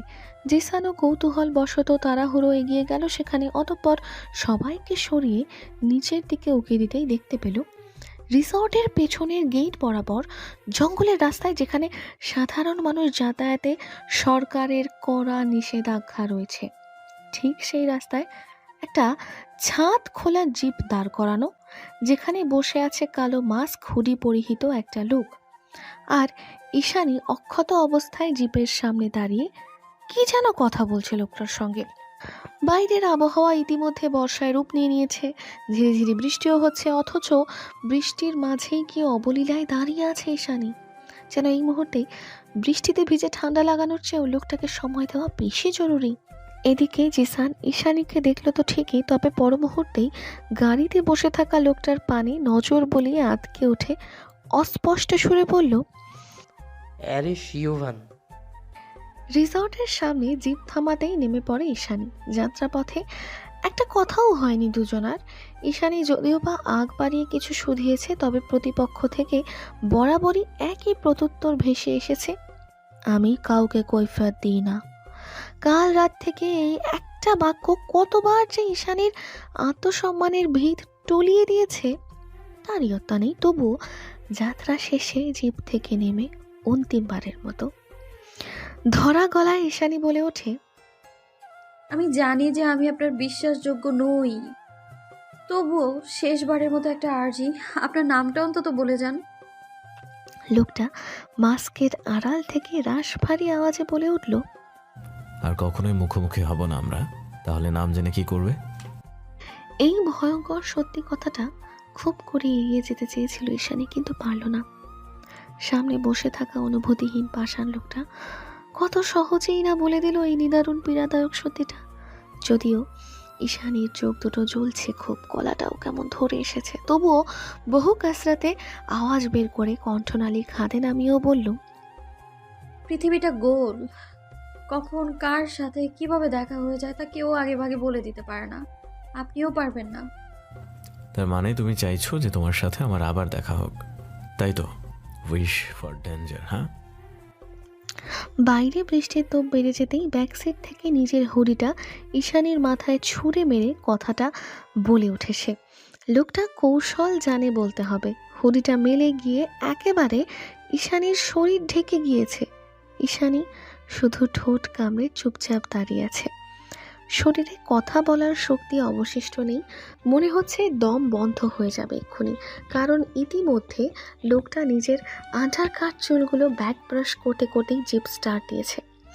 অবশেষে ওদের এক রাতের কাহিনীর ইতি টেনে লোকটা চলেই যাচ্ছে, পাছে শুধু ঈশানীর জন্য রেখে যাচ্ছে এক ব্যথাতুর নীল হৃদয়, এক ঝাঁক নামহীন অসহায় অনুভূতি, আর সব শেষে এক সমুদ্র আবেগের প্লাবন। বাই দ্য ওয়ে, আমি অরণ্য। আচমকা সেই ডিপ হাস্কি শটটা কানে এসে লাগতেই ঝোঁকের বসে সামনে দৃষ্টিপাত করলো ঈশানী। দেখল অরণ্য ইতিমধ্যে তার জিপের ভারী চাকায় পিচ ঢালা ভেজা রাস্তায় নুড়ি পাথর পিষে দিয়ে ঈশানীকে ছাড়িয়ে অনেকটা পথ চলে গিয়েছে। ঈশানী শুধু নির্বাক হয়ে দেখল। দেখতে দেখতে এতক্ষণের বহু কষ্টে দমিয়ে রাখা অশ্রু কণাটুকু কখন যে ওই অচেনা লোকটার নামে বিসর্জন দিয়ে দিল, সে কথা বলা বাহুল্য। অশ্রু জলে যখন সামনের দৃশ্যপট আর নীলাম্বর চোখের কোটর জোড়া পুরোপুরি ঝাপসা হয়ে এলো, তখন আবারও নিঃশব্দে আঁখি পল্লব বুঝে এলো ওর এত সমীকরণ মিলিয়ে কি লাভ, তার চেয়ে থাক না এমন একটু আধটু না পাওয়ার যন্ত্রণা। এই যন্ত্রণাটুকুর জন্য হলেও সে হৃদগহিনী একাধার রাতের তরতাজা স্মৃতি হয়ে থেকে যাক সারা জীবন। আকাশ পথে যাব বেড়াতে, রেখে তোর কাছে দুটো হাত, তারায় তারায় হবে সাজানো হিরে জড়ানো প্রতি রাত। গহীন জঙ্গলের বাঁকে হারিয়ে যাওয়া এক টুকরো জিপের কালো অংশটুকু এখনো পুরোপুরি দৃশ্যপটের আড়াল হয়নি। ভবঘুরে মেয়েটা মহামিষ্টির ন্যায় সেদিকেই চেয়ে আছে, যেন কোনো কঠিন মিরাকেলের অপেক্ষা। কে বলতে পারে, হয়তোবা অরণ্য হুট করেই ফিরে এলো। আবারও চোখে মুখে হাজারো বিরক্তি টেনে ঈশ্বর উপর তীক্ষ্ণ অধিকার দেখিয়ে বলল, আমাকে একদম প্রশ্ন করবে না, আমি কাউকে কৈফিয়ত দিই না। যদিও ব্যাপারটা হাস্যকর, ছেলে মানুষে ছাড়া আর কিছুই হবে না, তবে তেমন কিছুই ঘটল না। উল্টো বুকের মাঝে টিমটিমিয়ে জ্বলতে থাকা এক ফালি আশা প্রদীপকে দমকা হাওয়ায় নিভিয়ে দিয়ে জঙ্গলের পাকে হারিয়ে গেল জিপ গাড়িটা। তৎক্ষণাৎ ঈশানীর কর্ণকুহর ভেদ করলো আর এক দফা কর্কশ আওয়াজ। ঈশা, তখন থেকে আমি তোকে কিছু জিজ্ঞেস করছি, কোথায় হারিয়ে গিয়েছিস? ধ্যান ভাঙল ঈশার। আলগোছে চোখের জল মুছে পাছে ঘুরে দেখল জিসান সহ হাইকিংয়ে আসা প্রত্যেকটা মানুষ ওর দিকে গভীর নজরে চেয়ে আছে। সকলের চোখে মুখে কৌতূহলের পাশাপাশি ভীতিকর ছাপ সুস্পষ্ট, যেন সবাই এতক্ষণ ধরে অধীর আগ্রহে ঈশানীর জবাব শোনারই অপেক্ষায়। অথচ ঈশানী দীর্ঘ এক রাত পেরিয়ে কেবলই অনুভব করলো ওর কখনো অরণ্যর সাথে থাকার কথাই ছিল না। ও তো স্রেফ মন ভালো করার জন্য একটু মুক্ত বাতাসে গা ভাসাতে জিসানদের সাথে হাইকিংয়ে এসেছিল। তাহলে এত কিছু কি করে হয়ে গেল? সব কিছু ছাপিয়ে এই অরণ্য নামক ব্যাধিটাই বা কি করে বাসা বাঁধল হৃদয়ে? কি করে? সারা রাত কোথায় ছিলি তুই? ওই জঙ্গলে? আর যে লোকটা তোকে মাত্রই পৌঁছে দিয়ে গেল সেই বা কি? দেখ ঈশা, এখন প্লিজ এটা বলিস না যে এরিস ইউভান তোকে বাড়ি বয়ে পৌঁছে দিয়ে গেছে আর আমরা এই কথা বিশ্বাস করব। জিসানের করা একের পর এক প্রশ্নের তোপে ঘোর ছেড়ে বেরিয়ে আসে ঈশা। জবাবে একটুখানি গলা পরিষ্কার করে একটা ভারী দীর্ঘশ্বাস ছেড়ে নিজের আগের সত্তায় ফিরে এসে গম্ভীর মুখে ঈশা বলে, তুই কি বলছিস? কার কথা বলছিস?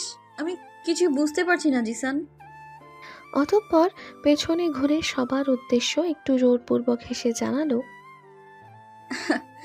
সবাইকে এতটা চিন্তিত দেখাচ্ছে, আমি সত্যি ভীষণ লজ্জিত। কিন্তু এই দেখো, আমি একদম ঠিক আছি, সেফ আছি। তোমরা প্লিজ আমায় নিয়ে আর অহেতুক চিন্তা করো না। ঈশানীর কথা শেষ হতে না হতেই মৃণা বলে উঠল, চিন্তিত হওয়ার যথেষ্ট কারণ রয়েছে ঈশানী। ওই জঙ্গলটা পুরোপুরি নিষিদ্ধ। ওখানে রাত তো দূরের কথা, দিন দুপুরে কোনো সাধারণ মানুষ গেলে পর্যন্ত ফিরে আসেন না। আর মেয়ে মানুষদের তো আসার প্রশ্নই ওঠে না। শুনেছি ওখানে ছড়ানো ছিটানো অসংখ্য পাতিমাস্তানদের ডেরা। ওরা জন্তু জানোয়ারের থেকেও হিংস্র হয়ে থাকে। দেশের যত অনৈতিক অসাধু কর্মকাণ্ড তার প্রায় 50% এখান থেকেই লিড দেওয়া হয়। আর তুমি সেখানে এক রাত কাটিয়ে এসে বলছো তুমি safe? How it possible Ishani? Wait, তুমি এত কিছু জানলে কি করে? আমরা তো এই জঙ্গলের ব্যাপারে তেমন কিছুই জানি না। ঈশানী কিছু বলবে তার আগেই প্রশ্নটা ছুড়ল মিনার বয়ফ্রেন্ড আদি। মিনা ঠোঁট উল্টে জানালো, ঈশানী হারিয়ে যাওয়ার পরে গুগল করে এসব ইনফরমেশনগুলো বের করেছি। তাহলে বাকি 50% কোথা থেকে সংগঠিত হয় বলে তোমার মনে হচ্ছে? সুন্দরবন। সন্ত্রাসীরা সাধারণত নদীপথ, জঙ্গল এছাড়া বর্ডারের আশেপাশের জায়গাগুলোকে নিজের কাজের জন্য ব্যবহার করে থাকে। বাহ, বেশ ভালো রিসার্চ করেছো দেখছি। আদির কথায় কিঞ্চিত হাসল মৃণা। ওদিকে ঈশানীও খানিকটা হাসার চেষ্টা করে বলল, চিল মৃণা, দেখো আমি পুরোপুরি ঠিক আছি। আর ভুলে গেলে এটা যে ট্যুরিস্ট এরিয়া। তোমার কথা অনুযায়ী এখানে যদি সন্ত্রাসী থেকেও থাকে তাহলে ট্যুরিস্টদেরও কিন্তু অভাব নেই। হতে পারে উপরওয়ালা সেরকমই কোনো একজনকে আমাকে সেভ করার জন্য পাঠিয়েছিলেন। মনে মনে ভাবল, অরণ্য নিশ্চয়ই দেশে কোনো বড় সেলিব্রিটি হবে। ওই জন্যই তো জঙ্গলে এতটা সুরক্ষিত ছিলাম আমরা। এবার চিটাগং ফিরে এই রহস্য ঠিক বের করে ফেলবো আমি। ওদিকে ঈশানীর এমন গা ছাড়া কথাবার্তায় চড়াত করে ওঠে জিসানের মস্তিষ্কটা। একে তো সারা রাত চিন্তায় চিন্তায় নির্ঘুম এক রাত পার করেছে, তার উপর ওই কালো হুডি পরা লোকটা, যার গেটা পুরোপুরি এরিশ ইভানের মতোই রহস্যময়। তবুও মেয়েটা বারবার বলছে ও ঠিক আছে। ঈশানী যত যাই বলুক না কেন, জিসান কিছুতেই নিজেকে আশ্বস্ত করতে পারছে না যে ও আসলে ঠিক আছে। নিশ্চয়ই লোকলজ্জার ভয়ে কোনো কঠিন সত্যি লুকাচ্ছে মেয়েটা, কারণ জিসান তখন দোতলা থেকে স্পষ্ট ঈশানীকে এরিসের দিকে যে কাঁদতে দেখেছে। হতেও পারে ওই লোকটা ঈশানীর সবচেয়ে বড় সর্বনাশ করে দিয়েছে। আর তারপর ভয় দেখিয়ে, না না, এরিস ইউভানের মতো মাফিয়ার দ্বারা সব সম্ভব। এসব ভাবতে ভাবতেই ঈশানীর কাঁধ ঝাঁকিয়ে এক প্রকার চেঁচিয়ে উঠল জিসান। তুই মোটেই ঠিক নেই ঈশা। ওই জঙ্গলে একবার প্রবেশ করলে কোনো মেয়েই ঠিক থাকে না। সত্যি করে বল, ওই অ্যারিশ ইউভান তোর সাথে সারা রাত কী করেছে? নিশ্চয়ই তোকে খুব খারাপভাবে জিসানের কথা শেষ হওয়ার আগেই নিজের কাঁধ থেকে ওর হাত ছাড়িয়ে দুপা পিছিয়ে দাঁড়ালো ঈশানী। এবার জিসানের কথার মানে খুব ভালোভাবেই বুঝতে পেরেছে ও। তাই তো এই মুহূর্তে ভেতরটা নিম পাতার মতোই তেতো হয়ে উঠেছে ঈশার। কেমন ভোঁতা অনুভূতি ছড়িয়ে পড়েছে সর্বাঙ্গে। তার মানে এতক্ষণ ধরে সবাই আকার ইঙ্গিতে এটাই বোঝাতে চেয়েছিল ওকে। ওর সতীত্ব আদৌ অক্ষত আছে কিনা সেই নিয়ে সবার এত কৌতূহল। তাহলে কি ভাবে এরা ওকে, বোকা নাকি আত্মমর্যাদাহীন? কি হলো কিছু বল। দেখ ঈশা, সোসাইটি নিয়ে তোর মোটেই চিন্তা করতে হবে না। আমি তো আছি, সব কিছু আমি সামলে নেব। তাও প্লিজ বল, কাল রাতে অ্যারিশ কি এরিস এরিস করছিস তখন থেকে? কে এরিস? আমি এই নামে কাউকেই চিনি না। রাজহংসীর ন্যায় ক্ষিপ্র চাহনি ছুঁড়ে চেঁচিয়ে উঠল ঈশানী। তৎক্ষণাৎ ওদের দুজনকে একা ছেড়ে দিয়ে জায়গা ত্যাগ করলো সকলে। জিসান প্রত্যুত্তরে কিছু বলবে তার ফুরসত দিল না ঈশানী। পুনরায় ঝাঁঝিয়ে উঠে বলল, তোকে বহুবার বলেছি জিসান, আমি যথেষ্ট বড় হয়েছি। নিজের ব্যাপারে সিদ্ধান্ত নিতে জানি আমি। নিজের ভালো মন্দটাও বেশ বুঝি। তাই আমার সব ব্যাপারে নাক গলানো বন্ধ কর এবার। জিসানও নিজের খেই হারালো এতক্ষণে। সেই শান্ত ভদ্র সত্তাটা হুট করেই প্রচণ্ড তেজের আড়ালে মিলিয়ে গেল কোথাও। এক জীবন্ত হায়নার মতোই হিংস্রতা ভর করলো ওর চোখে মুখে। রাগে গজগজ করতে করতে চোয়াল শক্ত করে জিসান বলে উঠল, আমি আগেও বলেছি, এখনও বলছি, ইটস নট ফেয়ার ঈশানী। আমি তোর চোখে ওই অ্যারিশের জন্য মায়া দেখেছি, প্রচণ্ড ঘোর দেখেছি। অথচ এই মায়া এতগুলো দিনে একবারও আমার জন্য দেখিনি। আমার সামনে তুই আস্ত একটা জড়বস্তুর মতো বিহেভ করিস। ওয়াই? এক রাতে কি এমন দিল ওই জানোয়ারটা যা আমি এতদিনেও দিতে পারিনি? এই যেন বন্ধু জিসানের সম্পূর্ণ এক নতুন রূপ, ভিন্ন সত্তা। তার মানে জিসান এতদিন ধরে বন্ধুত্ব নয়, অন্য কিছু চাইতো ঈশার কাছে। অন্য কিছু বলতে কি, ভীষণ নিষিদ্ধ কিছু। ঈশানীর তো আপাতত সেটাই মনে হচ্ছে। তাই তো এই মুহূর্তে ঝগড়া কিংবা জিসানকে কোনোরূপ জবাবদিহি করার ইচ্ছেটা পুরোপুরি মরে গেল ঈশানীর। আকাশ ভেঙে ঝুম বৃষ্টি নেমেছে। পিচ ঢালার পাহাড়ি বাঁকানো রাস্তায় আছড়ে পড়ে সেই বর্ষণের রিনঝিন আওয়াজ কানে এসে বাড়ি খাচ্ছে প্রতি মুহূর্তে। তুমুল বর্ষণে মুখোমুখি দাঁড়িয়ে জিসান আর ঈশানী দুজনেই কাক ভেজা হয়ে চুপসে আছে। দোতলার করিডোর দিয়ে সবাই উকি ঝুঁকি দিয়ে ওদেরকেই দেখছে আপাতত। সবার মনে একটাই কৌতূহল, আদতে হচ্ছেটা কি ওদের মাঝে। তুই কার কথা বলছিস আমি জানি না। কি ইঙ্গিত করছিস সেটাও বুঝতে পারছি না। তবে এই কথা বলতে দ্বিধা নেই যে আমি অরণ্যকে ভালোবেসে ফেলেছি। আমি জানি তুই আমাকে কি ভাবিস, তবে আমার দিক থেকে একজন বন্ধু হিসেবে এইটুকু জানার অধিকার তোর অবশ্যই আছে। আশা করি এই ব্যাপারে আমাদের মাঝে আর কখনো কোনো কথা হবে না, কারণ দৃষ্টিভঙ্গি আর আবেগ দুটো এক জিনিস নয়। নিজের মনের ভাব ব্যক্ত করে হনহনিয়ে রিসর্টের দিকে চলে যায় ঈশা। ওদিকে জিসান মূর্তিমান হয়ে দাঁড়িয়ে আছে এখনো। ওর মস্তিষ্কে আপাতত প্রশ্নের জটলা। ঈশানীর মতো বরফ শীতল মেয়েটা এত সহজে কারো প্রেমে পড়ে গলে গেল, এটাও কি সম্ভব? তার উপর এক রাতে অমন গহীন জঙ্গলের মাঝে।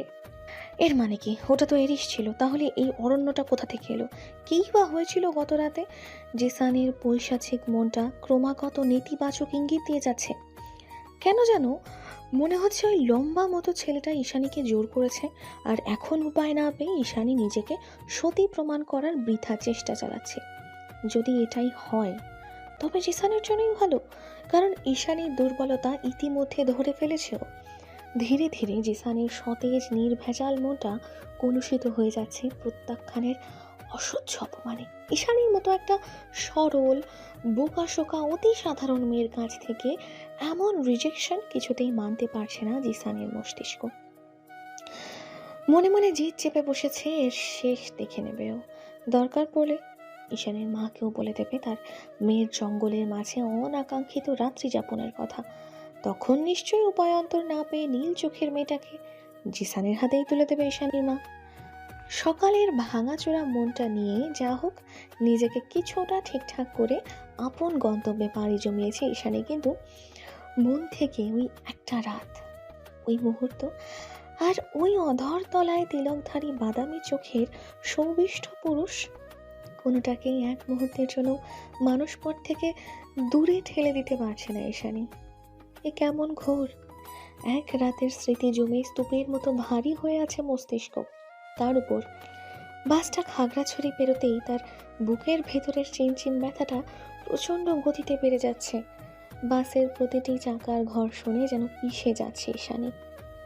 মনে হচ্ছে কি যেন তার নেই, কি যেন নেই। মৃণা ঈশানীর পাশের সিটটায় বসেছিল। সকাল থেকেই মেয়েটা অন্যমনস্ক, আর এখন কেমন অদ্ভুত রকম হাঁসফাঁস করছে। এক হাত দিয়ে তার বুকের কাছে স্কার্ফটা চেপে ধরে জোরে জোরে শ্বাস ফেলছে। মনে হচ্ছে ওর কোথাও ভীষণ কষ্ট হচ্ছে। ঈশানীকে এমন হাঁসফাঁস করতে দেখে মৃণা ডেকে উঠল হঠাৎ। কি হয়েছে ঈশানী, তুমি ঠিক আছো? শরীর খারাপ লাগছে, একটু পানি খাবে? ঈশানী নাসূচক মাথা নেড়ে জবাব দিল, তোমার ফোনটা দেবে মৃণা? আমি আসলে নিজের মোবাইলটা জঙ্গলে হারিয়ে ফেলেছি। মৃণা তৎক্ষণাৎ ভ্যানিটি থেকে ফোনটা বের করে ঈশানীর দিকে এগিয়ে দিল। ঈশানী ফোন নিয়ে কাকে যেন ডায়াল করলো। কয়েক সেকেন্ড বাদেই ওপাশ থেকে শোনা গেল নিঝুমের উদ্বিগ্ন কণ্ঠস্বর। দুদিন বাদে চেনা পরিচিত বোনের মতো বেস্ট ফ্রেন্ডের গলার আওয়াজ পেয়ে নিজেকে আর সামলাতে পারল না ঈশানী। সামলাতে না পারারই কথা, কারণ ওর হৃদয়টা ইতিমধ্যে দগ্ধ হয়ে আছে অচেনা এক পুরুষের আগমনে। সে কি জাদু করলো কে জানে। শক্তপোক্ত আত্মবিশ্বাসের বেড়াজাল কেমন ক্ষয়ে ক্ষয়ে যাচ্ছে ঈশানীর। ও নিজেকে চেয়েও ঠিক রাখতে পারছে না। ওদিকে ঈশানীর ক্রন্দনরত আওয়াজ কানে ভেসে আসতেই উদ্বিগ্নতার মাত্রা দ্বিগুণ হলো নিঝুমের। ও তেতে উঠে বলল, ফাজিল মেয়ে, ফোন কোথায় থাকে তোর? কাল থেকে কত শতবার কল দিয়েছি, তার বিন্দু পরিমাণে ধারণা রাখছিস তুই? নিজে তো জীবনেও কল দিবি না, আমি করলেও ধরবি না। আমি কি পরিমাণে চিন্তায় ছিলাম জানিস তুই? রাতে ঘুমাতে অব্দি পারিনি। নিঝুম এক নাগারে বকেই যাচ্ছিল ইস্যুকে। এক পর্যায়ে হুট করে এপাশ থেকে কথা বলে ওঠে ঈশানী। আমার অরণ্যকে খুব মনে পড়ছে রে নিঝুম। সে হুট করে প্রেমে পড়ে গেলাম আমি ওর। কখন, কিভাবে, কেমন করে কিছুই মনে পড়ছে না, শুধু বুকটা ব্যথায় ছিঁড়ে যাচ্ছে। গাড়িটা যতই এগোচ্ছে ততই মনে হচ্ছে আমার দম আটকে আসছে। কি করবো এবার আমি, বলে দে। আমি অরণ্যকে আবার দেখতে চাই। ওই অচেনা অজানা লোকটাকে দ্বিতীয়বার দেখার প্রয়াসে নীল হয়ে যাচ্ছে আমার উচ্চাটন হৃদয়টা। কি করব বল না। বাচ্চাদের মতো বারবার একই শব্দ আওড়ে যাচ্ছে ঈশানী। কি করব বল না। ওদিকে এত বড় একটা ঝটকায় পুরোপুরি নিস্তব্ধ নিঝুম। ও কি বলবে, কিভাবে বলবে, এই মুহূর্তে কিছুই বুঝে উঠতে পারছে না। বাস তখন সিগন্যালে আটকে আছে। আর একটু পরেই চিটাগং সড়কে প্রবেশ করবে হয়তো। ফোনের ওপাশ থেকে কোনো আওয়াজ না পেয়ে আস্তে করে কলটা কেটে দিল ঈশানী। অতঃপর পুনরায় ফোনটা এগিয়ে দিল মৃণার নিকট।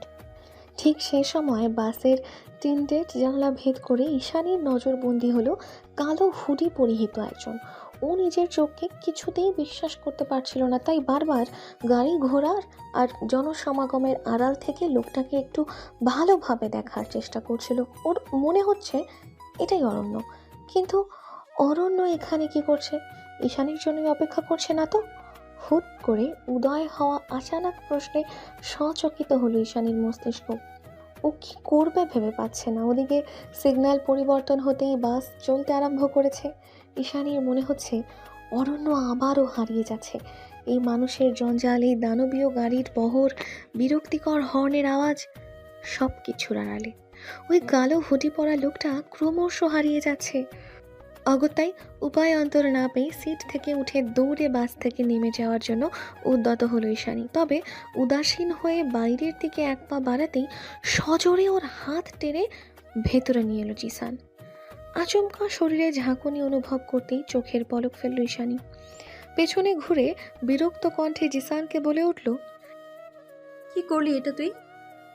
তুই কি করছিলিস সেটা আগে বল। চলন্ত বাস থেকে নেমে যাচ্ছিলি তুই? পাগলামের একটা সীমা থাকে Isha. Are you out of your mind? একে তো সারা রাত জঙ্গলে কাটিয়েছিস, তার উপর সকাল থেকে অরণ্য অরণ্য নাম জপেই যাচ্ছিস। অথচ আমরা সকলে দেখেছি তোকে অ্যারিস গাড়ি থেকে নামিয়ে দিয়ে গেছে। সত্যি করে বলতো, ও তোর সাথে খারাপ কিছু করেছে তাই না? ওই মাফিয়াটা তোকে ড্রাগ ফাগ খাইয়ে দেয়নি তো আবার? এক প্রকার ধমকে উঠে কথাগুলো বলল জিসান। ওদিকে ঈশানী নিজের বাক্যে অটল। ও বরাবরের মতো এবারও বলল, কারো সম্বন্ধে ভালো করে না জেনে মন্তব্য করা একদমই ঠিক নয় জিসান। তুই কার কথা বলছিস আমি বুঝতে পারছি না, কিন্তু আমি সম্পূর্ণ ভিন্ন কারোর সাথে ছিলাম এবং সে যথেষ্ট ভদ্রলোক। আর যাই হোক, অন্তত তোর মতো নোংরা মানসিকতা তার নেই। আশা করি বুঝতে পেরেছিস। পুনরায় খেপে গেল জিসান। ও যেন ঈশানীর মুখে অচেনা লোকটার প্রশংসা কিছুতেই সহ্য করতে পারে না। চড়াত করে হিংস্রতা জেঁকে বসে মস্তিষ্কের নিউরনে নিউরনে। আর ঈশানী সেই কাজটা করে বারবার রাগিয়ে দেয় জিসানকে, যার ফলস্বরূপ জিসান এবার তেড়ে এলো ঈশানীর দিকে। তবে দুপা এগোতেই ওকে আটকালো আদি। বিরক্ত হয়ে বলল, চলন্ত বাসে কি শুরু করেছিস তোরা? কি শুরু করেছিস সেটা ওকে জিজ্ঞেস কর। এক রাতে কি এমন দিয়েছে ওই ছেলেটা যে। রাস্কেল। জিসান কথা সম্পূর্ণ করার আগেই জিসানের উদ্দেশ্যে শব্দটা উচ্চারণ করে নিজের সিটে চলে যায় ঈশানী। আর মনে মনে সিদ্ধান্ত নেয় জিসানের সাথে বন্ধুত্বের ইস্তফা এখানেই ঘটাবেও। আর যাই হোক, এমন একটা হিংস্র প্রকৃতির ছেলের সাথে বন্ধুত্ব বজায় রাখা ঈশানীর পক্ষে সম্ভব নয়। সুন্দর ঝলমলে রৌদ্রোজ্জ্বল দিন। স্বরাষ্ট্রমন্ত্রী সাহেবের বাড়িটা শহর থেকে একটু দূরে সি সাইডে অবস্থিত। সকাল সকাল পাখির কিচিরমিচির আর সাগরের গর্জনে মুখরিত চারিপাশ। এমন সময় বাড়ির আবহাওয়া নীরবতায় ঘেরা শান্তি শান্তি হওয়ার কথা ছিল, তবে তেমন কিছুই লক্ষ্য করা যাচ্ছে না এই মুহূর্তে। এতক্ষণ অবশ্য নীরবই ছিল সব কিছু। হুট করে কি জানি কি হলো, ফ্রন্ট ইয়ার্ডে বডিগার্ড আর সুরক্ষা বাহিনীর লাইন দাঁড়িয়ে গেল কয়েক সেকেন্ডের মধ্যে। ডুপ্লেক্স বাড়িটার ছাদ থেকে শুরু করে প্রতিটি বারান্দার করিডোরে একে একে দাঁড়িয়ে গেল বন্দুকধারী সুরক্ষা বাহিনী। বাড়ির এহেন থমথমে পরিবেশ দেখে মনে হচ্ছে শীঘ্রই কোনো ভিআইপির আগমন ঘটবে এখানে। নিরাপত্তা বাহিনীর কঠোর অবস্থানের পাশাপাশি একটা হেলিকপ্টারও ল্যান্ড করানো হয়েছে বাড়ির ছাদে। তবে সবাই আপাতত উদ্বিগ্ন, আসলে হচ্ছেটা কি এখানে? হুট করে মন্ত্রী সাহেব বা কেন এত সুরক্ষা নিশ্চিত করলেন? কিসের এত ভয় তার? খানিক বাদে সকলের জল্পনা কল্পনার ইতি টেনে একে একে 10খানা রোলস রয়েস এসে থামল স্বরাষ্ট্রমন্ত্রী আসিফ জামানের বিশাল বাংলো বাড়ির সামনে। গাড়ি থেকে ধীরে ধীরে নেমে আসতে লাগলো গাড়ি এয়ারপোর্ট লাগানো বিশাল দেহি কৃষ্ণবর্ণের দেহরক্ষীর কয়েকটা টিম। তাদের মধ্যে অধিকাংশই ফরেনার। এরপর সব শেষে তাদের মধ্যে থেকে নেভি ব্লু রঙা রোলস রয়েস থেকে বেরিয়ে এলো ব্ল্যাক হোয়াইট কম্বিনেশনের ফর্মাল শার্ট আর ওয়েস্টকোট পরিহিত লম্বা মতো একজন, যিনি দেখতে ইয়াং এবং জেন্টল, যদিও তার চোখ দুটো ঢাকা পড়ে আছে বিশাল রোদ চশমার আড়ালে। তবে সকালের একফালি রোদের ঝিলিকে পুরোপুরি স্পষ্ট তার ডার্ক ব্রাউন সিগারেট পোড়া ঠোঁটের নিচের বিরল সেই কালো তিলক। রোদের তালে তাল মিলিয়ে যেন ঝিল ধরছে তিলকটা। তবে সেই তিলকের সৌন্দর্য পুরোপুরি ফিকে মনে হচ্ছে লোকটার ক্রূর রহস্যময় পৈশাচিক হাসির কাছে। লোকটা গাড়ি থেকে নামতেই কয়েকজন বডিগার্ড এসে তাকে কোট পরিয়ে দিতে সাহায্য করে। এরপর কোটের হাতাগুলো ঠিকঠাক করতে করতেই গেট ছাড়িয়ে মন্ত্রী সাহেবের বাংলোর দিকে এগিয়ে গেল সে। তার পিছু নিয়েছে শতাধিক বিশাল দেহী বডিগার্ডের দল। তবে ভেতরের প্রবেশের আগেই মন্ত্রী সাহেবের দেহরক্ষীরা আটকে দিল তাদের। এরিস নিজের বডিগার্ডের আঙুলের ইশারায় চলে যেতে বলল এবার। অতঃপর পা থেকে মাথা অবধি সার্চ করা হলো তাকে, কিন্তু দুর্ভাগ্যবশত সেরকম মরণঘাতী কোনো কিছুই পাওয়া গেল না এরিসের কাছে। অগত্যাই পুনরায় নিজের সানগ্লাসটা চোখে পড়ে সবাইকে ছাড়িয়ে ভেতরের দিকে এগিয়ে গেল এরিস। এদিকে হতবাক দেহরক্ষী বাহিনীগণ একজন আরেকজনের দিকে চাওয়াচাওয়ি করায় ব্যস্ত। মন্ত্রী সাহেব কিনা এই লোককে এত ভয় পাচ্ছে, এর হাতে তো একটা নেইল কাটারও নেই। আশ্চর্য! ভেলভেট লাল গালিচা আর দেশি বিদেশি সৌন্দর্যবর্ধক শোপিসে মোড়ানো তকতকে হলরুমের ভেতরে ঢুকতে না ঢুকতেই মন্ত্রী সাহেব আসিফ জামান অসম্ভব সুন্দর সম্মোহনী হাসি দিয়ে আমন্ত্রণ জানালো ইরিশকে। কোনো বিয়ে টিয়ে নয়, একেবারে নিজেই এগিয়ে এসে হাত বাড়ালেন করমর্দন করার উদ্দেশ্যে। তবে এরিস ইউভান তাকে 2 পয়সারও তোয়াক্কা করল না, উল্টো মন্ত্রী সাহেবকে পাছে হটিয়ে এগিয়ে গিয়ে পায়ে পা তুলে বসে পড়ল তারই চেয়ারে। এরিস বসার সঙ্গে সঙ্গে মন্ত্রী সাহেব চুপসালো মুখে এগিয়ে গিয়ে এরিসের মুখোমুখি হয়ে একটা চেয়ারে বসল। আবারও কুশল বিনিময় করার চেষ্টা চালিয়ে বলতে আরম্ভ করলো, এরিস সাহেব কি মনে এখানে হঠাৎ? না মানে আপনি বললে তো আমি নিজেই রাশিয়াতে। মুখের কথা মুখেই আটকে গেল মন্ত্রী সাহেবের। এরিস তাকে হাতের ইশারায় থামিয়ে দিয়ে গভীর গলায় বলল, এরিস ইউভান কাউকে কৈফিয়ত দেয় না। আপনার গভর্নমেন্ট আমার 200 কোটি টাকার ট্রাক আটকে রেখেছে বর্ডারে। প্রায় 10টা কাভার্ড ভ্যান আটকে পড়ে আছে সেখানে। আজ রাতের মধ্যে সেগুলো ডিসমিস করার ব্যবস্থা করুন, নয়তো। এরিস কথা শেষ করতে না করতেই মন্ত্রী সাহেব ওকে মানানোর চেষ্টা করে বলল, মানে এরিস সাহেব, সামনে নির্বাচন, এখন যদি এসব নিউজ ভুল করেও একবার লিক হয়ে যায় তাহলে পুরো দলের সর্বনাশ হয়ে যাবে, বুঝতেই তো পারছেন। আপনি বরং আর কয়েকটা দিন অপেক্ষা করুন। ইলেকশনটা শেষ হলেই আমি আপনার মালামাল আপনাকে পৌঁছে দেওয়ার যথাযথ ব্যবস্থা করব।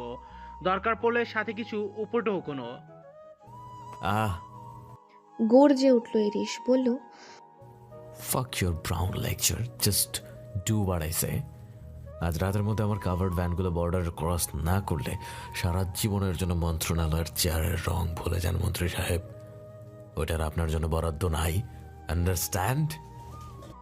শুষ্ক ঢোক গিলল আসিফ জামান। এরিস নিজের কথা শেষ করে চেয়ার ছেড়ে বাইরের দিকে পা বাড়ায়। তবে যাওয়ার আগে কি ভেবে যেন পেছনে ঘুরে নিজের কলারের ভেতর থেকে একটা সরু সাইজের চাকু আর নিজের রিস্ট ওয়াচটা খুলে সামনের ঝকঝকে গ্লাস লাগানো টি টেবিলটার উপর রেখে একটা তাচ্ছিল্যের হাসি দিয়ে ঠান্ডা আওয়াজে বলে ওঠে, আরে কোটি কোটি টাকা দিয়ে কি পুষছেন এগুলো মন্ত্রী সাহেব? সামান্য চার্জটা পর্যন্ত ঠিকভাবে করতে পারেন এরা। এই বাড়ির সবগুলো গর্ধবের দল। এনিওয়েজ, মার্ক মাই ওয়ার্ড মন্ত্রী সাহেব, টিল দেন বাই বাই। ভীষণ শান্ত গলায় হাসতে হাসতে মন্ত্রী সাহেবকে কঠিন কিছু থ্রেট দিয়ে হিরোদের মতোই পকেটে হাত রেখে লম্বা সিল্কি আন্ডারকাট চুলগুলোতে ব্যাক ব্রাশ করতে করতে বেরিয়ে যায় এরিস। এতক্ষণ ধরে এরিসের কর্মকাণ্ডে শির দ্বারা বেয়ে যেন শীতল স্রোত বয়ে গেল আসিফ জামানের। তিনি ঘামছেন ভীষণ। পাশেই তার বিশ্বস্ত পেয়ে লিও দাঁড়িয়েছিল। মন্ত্রী সাহেবকে এভাবে ঘামতে দেখে লিও তাড়াহুড়ো করে পানির গ্লাস এগিয়ে দেয়। মন্ত্রী সাহেব ঠান্ডা পানিতে চুমুক দিয়ে ঢক ঢক করে গ্লাস শুদ্ধ পানি শেষ করে নিজেকে খানিকটা ঠিকঠাক করে থমথমে আওয়াজে লিওকে উদ্দেশ্য করে বলে উঠলেন, ওকে জানো তুমি। অযাচিত লিও না সূচক মাথা নাড়ালে মন্ত্রী সাহেব বলেন, হ্যালো ডিয়ার লিসেনার্স, আপনারা শুনছেন স্টোরিজ অন প্রেজেন্স ধারাবাহিক পর্ব গল্প। আমাদের সামগ্রিক প্রচেষ্টাকে উৎসাহিত করতে লাইক অ্যান্ড কমেন্ট করতে ভুলবেন না। Thank you. মাত্র 30 বছর বয়সে এই ছেলেটা one of the most dangerous fucking mafia terrorist in the entire underworld. Russian most wanted powerful mafia group Python প্যারাডাইসের একমাত্র লিডার দ্য এরিস ইউভান, যার মধ্যে দয়া মায়া আবেগ অনুভূতি ভালোবাসার কোনো অস্তিত্ব নেই। আই থিঙ্ক ওর ভিতরের হৃদয়টা অনুপস্থিত, যা আছে তা শুধুই ভয়াবহ হিংস্রতা। হায়নার থেকেও ভয়ঙ্কর আর অপ্রত্যাশিত ওর বাবা। ওর কাছে দ্বিতীয়বার বলতে কিছু সুযোগ নেই। সুযোগ কিংবা কমিটমেন্ট যাই হোক না কেন, সেটাই প্রথম সেটাই শেষ। মানুষের প্রাণ আর অস্তিত্ব দুটোই যার কাছে পুতুল খেলা মাত্র। ও শুধু একটা জিনিসই জানে আর একটা জিনিসই বোঝে, power and money, that's all. Openly crime করে বেড়ানোটাও ওর কাছে প্যাশন মাত্র। দেশের ভিতরের বাইরে বৈধ অবৈধ প্রায় 1000-এর উপর রানিং ইন্ডাস্ট্রিজ রয়েছে ওর। এছাড়াও আন্ডারওয়ার্ল্ড মাফিয়া বিজনেস তো রমরমা। পৃথিবীর কোনো মাফিয়ার কাছে যেসব দুর্লভ জিনিস পাওয়া যায় না, সেগুলো এক পিস হলেও ওর কাছে রয়েছে। আমার মতো এরকম শত শত মন্ত্রী মিনিস্টারদের প্রতিনিয়ত পকেটে নিয়ে ঘুরে বেড়াইছিলে। বুঝলাম। মন্ত্রী সাহেবের ঘোর কাটে লিওর কথায়। তিনি সুধান, কি বুঝলে? She is a total heartless, battery base, অসডে অনজারাস। কিন্তু এবার কি করবো স্যার? কি আর করবে, আপাতত ও যা বলেছে তাই করো। সামনে নির্বাচন, এই সময় এরিসের সঙ্গে পাঙ্গা নেওয়াটা মূর্খামি ছাড়া কিছুই না। কিন্তু স্যার একটা খটকা রয়ে গেল। আসিফ জামান বিরক্ত হয়ে শুধালেন, আবার কি? ইস ইমান চাকু রেখে গেল বুঝলাম, কিন্তু ঘড়িটা কেন খুলে রেখে গেল? বোমটম নেই তো এতে? লিওর কথায় মন্ত্রী সাহেবের শরীর শিউরে উঠল। তিনি তৎক্ষণাৎ জায়গা ত্যাগ করে দোতলার দিকে যেতে যেতে বললেন, এই ছেলেকে মোটেও বিশ্বাস নেই। আমার সুগার বেড়ে গেল, ওয়াশরুমে যেতে হবে। তুমি এক্ষুনি এগুলো সরানোর ব্যবস্থা করো, রাইট নাও। গত কদিন ধরে লঘু চাপ চলছে সমুদ্র পৃষ্ঠে। বৃষ্টি নেই, তবে রোদেরও মুখ দেখা যায়নি কদিন। পাতেঙ্গার সামুদ্রিক ভারী গর্জনে মুখরিত চারিপাশ। সেই সাথে যোগ হয়েছে শঙ্খচিলের কিচিরমিচির। বাতাসের তাণ্ডবে ফুচকা চটপটিওয়ালা মামাদের ছোট ছোট পলিথিনে মোড়ানো স্টলগুলো হাওয়ায় উঠছে, যেন অতি অসাবধানতায় এক্ষুনি সেগুলো উল্টে পড়বে যত্রতত্র। তবে তেমন কিছুই হচ্ছে না। সাই সাই বাতাসের মাঝেও হকারিরা তাদের ব্যবসা চালিয়ে যাচ্ছেন সানন্দে। মাত্রাতিরিক্ত বাতাসে চাঁদের হাসি ক্যাফের আউটডোর প্ল্যান্টগুলো কেমন নেতিয়ে পড়েছে। জয়া আন্টির চোখে পড়লে খবর আছে, তাই সেগুলোকে নিজ উদ্যোগে গুছিয়ে একে একে ভেতরে নিয়ে রাখছে ঈশানী। ওদিকে বেলা বাড়তেই 2-1 কাস্টমার এসে হাজির হচ্ছে ক্যাফেতে।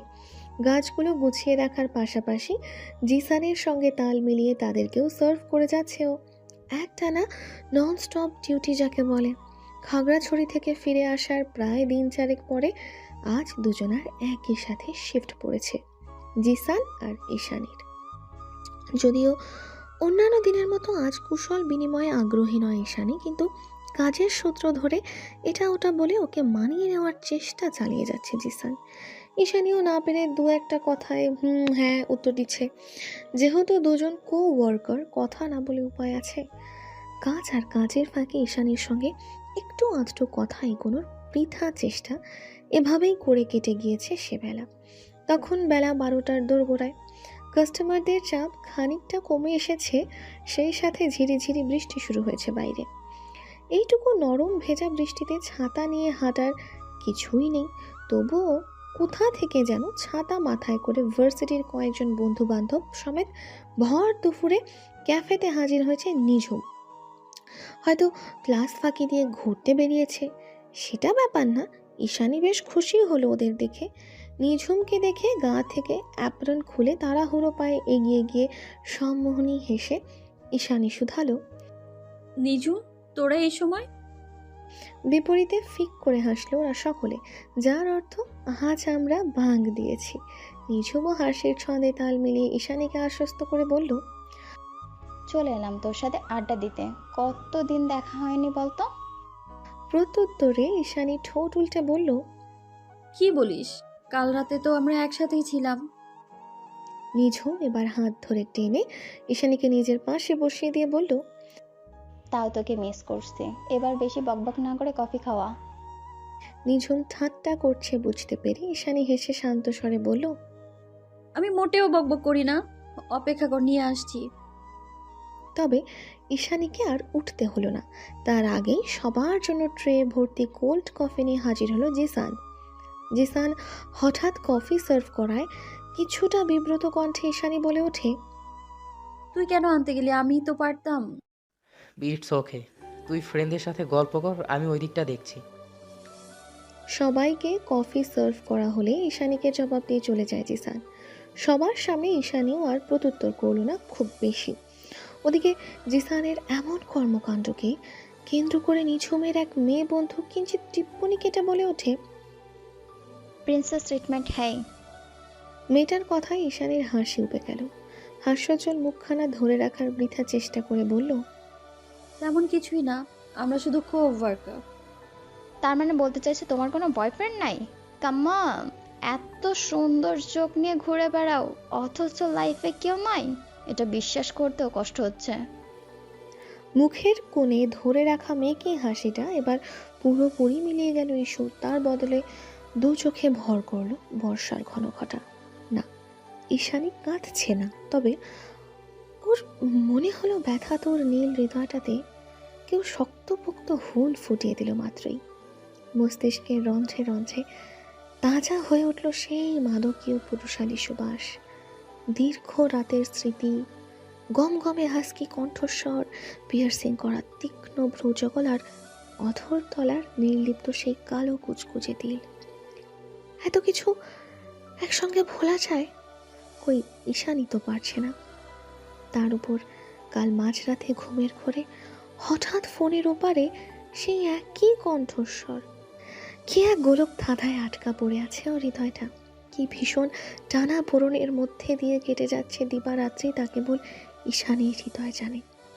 না পারছে মস্তিষ্ক থেকে তার স্মৃতিটুকু মুছে ফেলতে, আর না পারছে তাকে ভীষণভাবে হৃদয় দিয়ে ভালোবাসতে। অথচ তার মায়া কাটানো যে দুঃসাধ্য।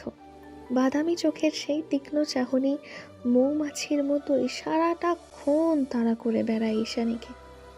ভালোবাসা বুঝি সত্যিই এমন বেপরোয়া হয়? কখনো কখনো তাকে ভুলে যাওয়ার ক্ষমতা স্বয়ং নিজের হাতেও গচ্ছিত থাকে না। আর কি অদ্ভুত এই অনুভূতি, হে ভালোবাসা! গত কয়েকটা দিন নিঝুম এত করে বোঝালো এটা ভালোবাসা নয়, ভালোবাসা এভাবে হয় না।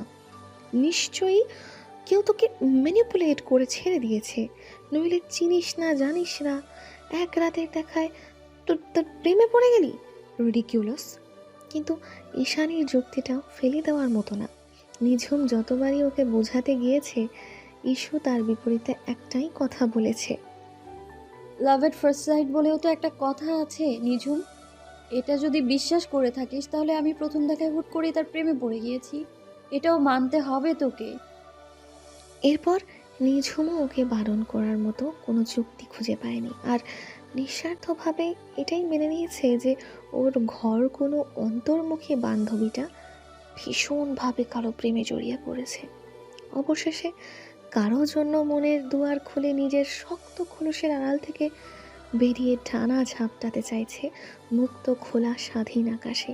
কিন্তু সবচেয়ে হতাশার বিষয় হলো ইন্টারনেটে হাজারবার সার্চ করেও অরণ্য নামক কোনো সেলিব্রিটিকে খুঁজে পায়নি ঈশানী। সেই থেকেই কেমন নিতেছিল মেয়েটা। কাজ কর্ম খাওয়া দাওয়া সব বাদ দিয়ে দুর্বল শরীরটাকে নিয়ে পড়ে থাকতো বিছানার এক কোণে। মুখে প্রকাশ করার অভ্যাস নেই ওর, তবে ভেতর ভেতর যে অরণ্য নামক ব্যাধিতে শেষ হয়ে যাচ্ছে ইস্যু, সেটা বুঝতে বাকি নেই নিঝুমের। দিনগুলো এভাবেই যাচ্ছিল, সেই সাথে ভারী হচ্ছিল অন্তর্মুখী ঈশানীর নিঃশ্বাসের পাল্লা। তবে কাল মাঝরাতে কিছু একটা অপ্রত্যাশিত ঘটেছিল বটে।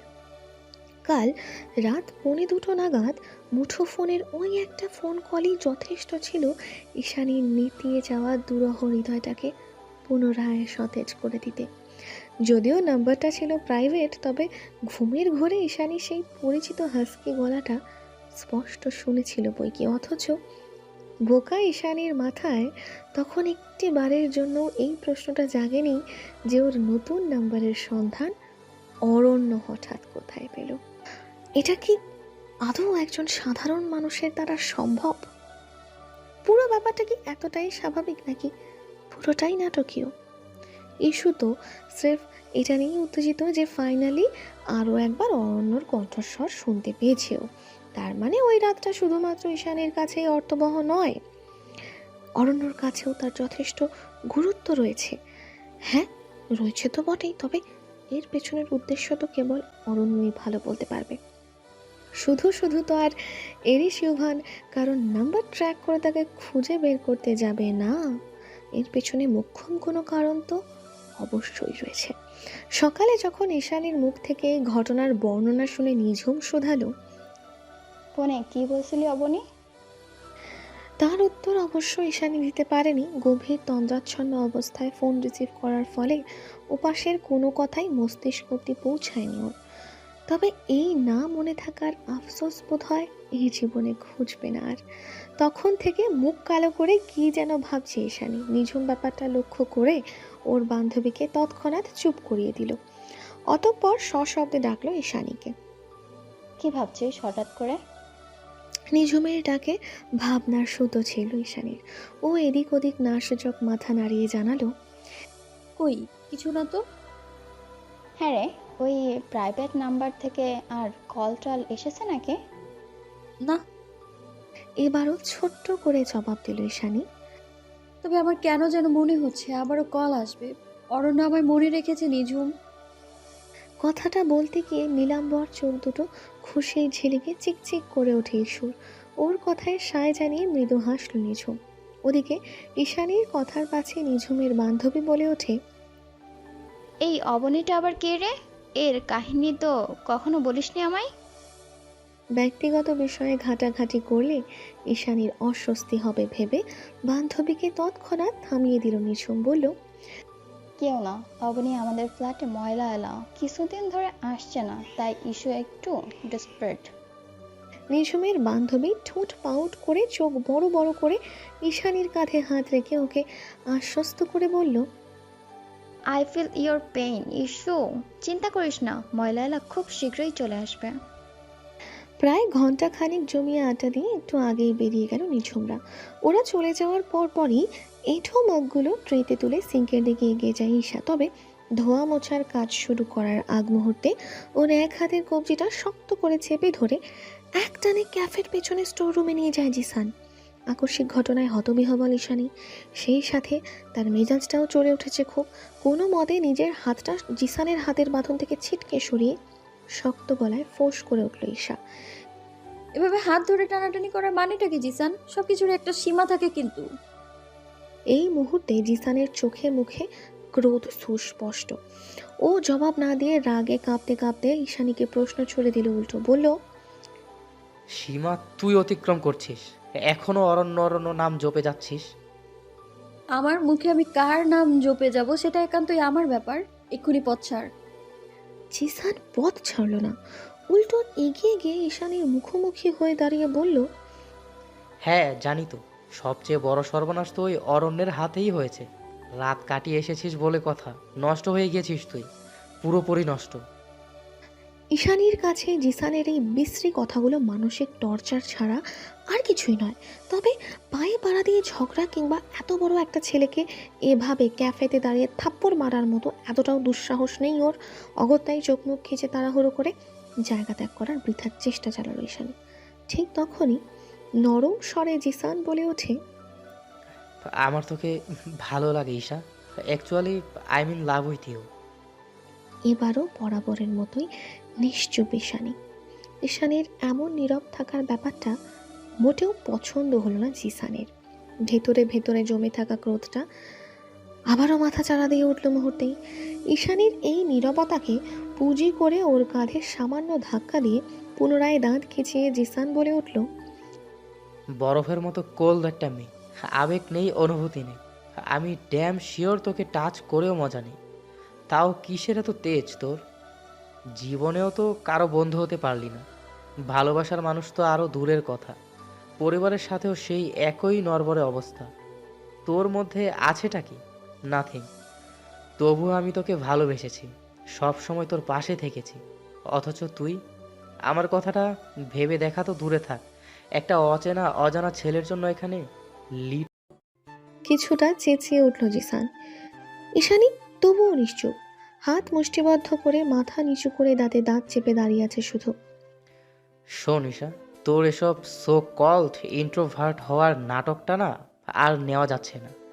ইন্ট্রোভার্ট হওয়ার ভং ধরে থাকিস বলেই তোকে কেউই পছন্দ করে না, বিয়ে করতে চায় না। তোর যে বিয়ে ভেঙে গিয়েছে সেটা আমি জানি না ভেবেছিস? বিয়ের দিন তোর হবু বর পর্যন্ত তোকে রেখে বিদেশ চলে গিয়েছে। তাহলে ভাব তুই কতটা কোল্ড। একটা কথা মাথায় ঢুকিয়ে নে, ছেলেদের মন পাওয়ার জন্য না শুধু সুন্দরী হলেই হয় না, ভেতর থেকে যথেষ্ট হটও হতে হয়, যেটা তোর মধ্যে 1%ও নেই। Not a. জিসান হয়তো রেগে মেগে জিদের বসে আরও কিছু বলতো, তবে খ্যাপাটে ঈশানী এবার আর তার ফুরসত দেয়নি। কখন যে মেজাজ হারিয়ে নিজের 5 আঙুলের ছাপ জিসানের গালে বসিয়ে দিয়েছে তা নিজেই ঠাহর করে উঠতে কিয়ৎক্ষণ সময় লেগে গেল ওর। তবে জিসানকে থাপ্পড় মেরে আফসোসের লেশ মাত্র নেই ঈশানীর দু চোখে, উল্টো ভীষণ ক্রোধ আর ঘৃণারা যেন উপচে পড়ছিল নীলাম্বর দু চোখে। অকস্মাৎ থাপ্পড় খেয়ে গালে হাত দিয়ে গজগজ করে উঠল জিসান। রাগের তোপে কাঁপতে কাঁপতে বলতে আরম্ভ করলো, সারাদিন যে ওই অরণ্য করছিলি না, আচ্ছা সরি, সারাদিন যে ওই অরণ্য করছিস না, এই অরণ্যর মুখোশ যদি আমি টেনে হিস্ট্রে খুলে না আনতে পারি তবে আমার নামও জিসান নয়।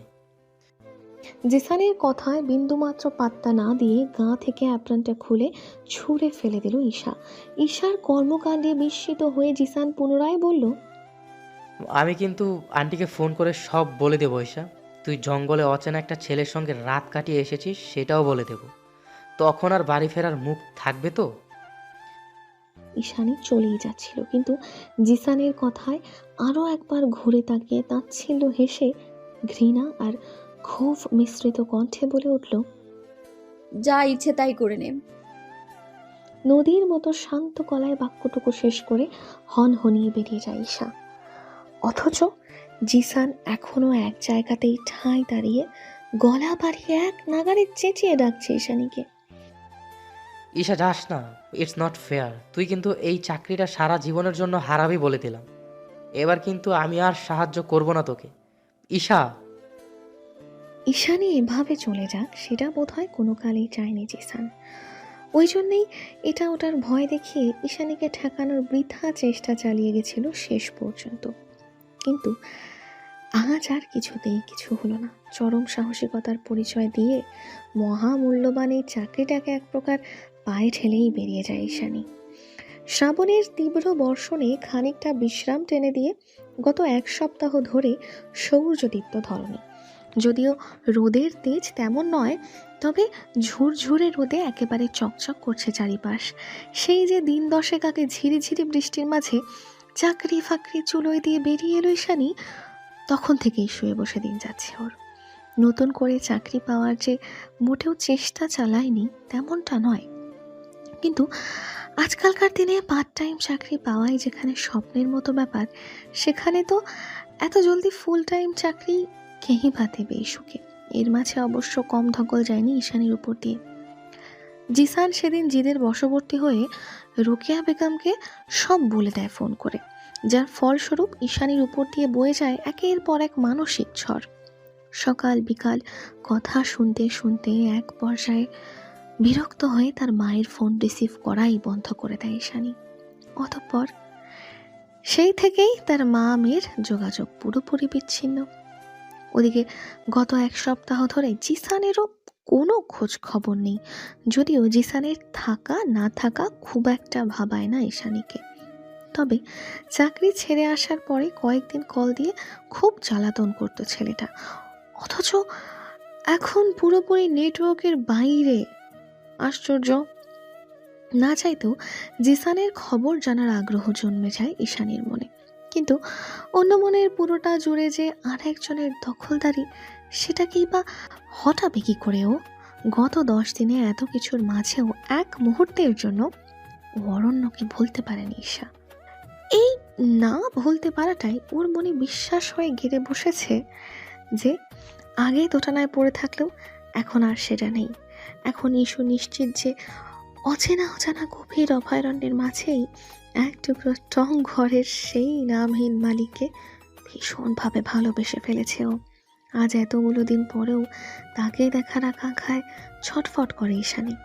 মাঝে মধ্যেই মনে হয় এখনই বাস ধরে চলে যায় সেই নিষিদ্ধ জঙ্গলে, যেখানে সারি সারি দানবীয় গাছ, ভয়ঙ্কর জন্তু জানোয়ার, সেই সব কিছুকে ছাপিয়ে ভয়ঙ্কর সুদর্শন একজন পুরুষের বসবাস। যদিও সেটা আদৌ সম্ভব কিনা তার বিন্দুমাত্র ধারণা নেই ঈশানীর ক্ষুদ্র মস্তিষ্কে, তবুও কল্পনা করতে কার না ভালো লাগে। তবে মাঝে মধ্যেই জিসানের বলা সেদিনের কথাগুলো হুটহাট আত্মবিশ্বাসে ফাটল ধরিয়ে দেয় ওর। নিজের অজান্তেই তখন মনে হতে থাকে, জিসান হয়তো ঠিকই বলেছে, আমি আসলে কারোরই মনের মতো নই, আর না তো আমি কারো ভালোবাসা পাওয়ার যোগ্যতা রাখি। আমাকে কি সত্যি কখনো কেউ ভালোবাসবে না? কোনোদিন না। ভীষণ শঙ্কায় হৃদয়ে রক্তক্ষরণ হয় ঈশ্বর। তবুও অরণ্যকে ভুলতে পারে না মেয়েটা।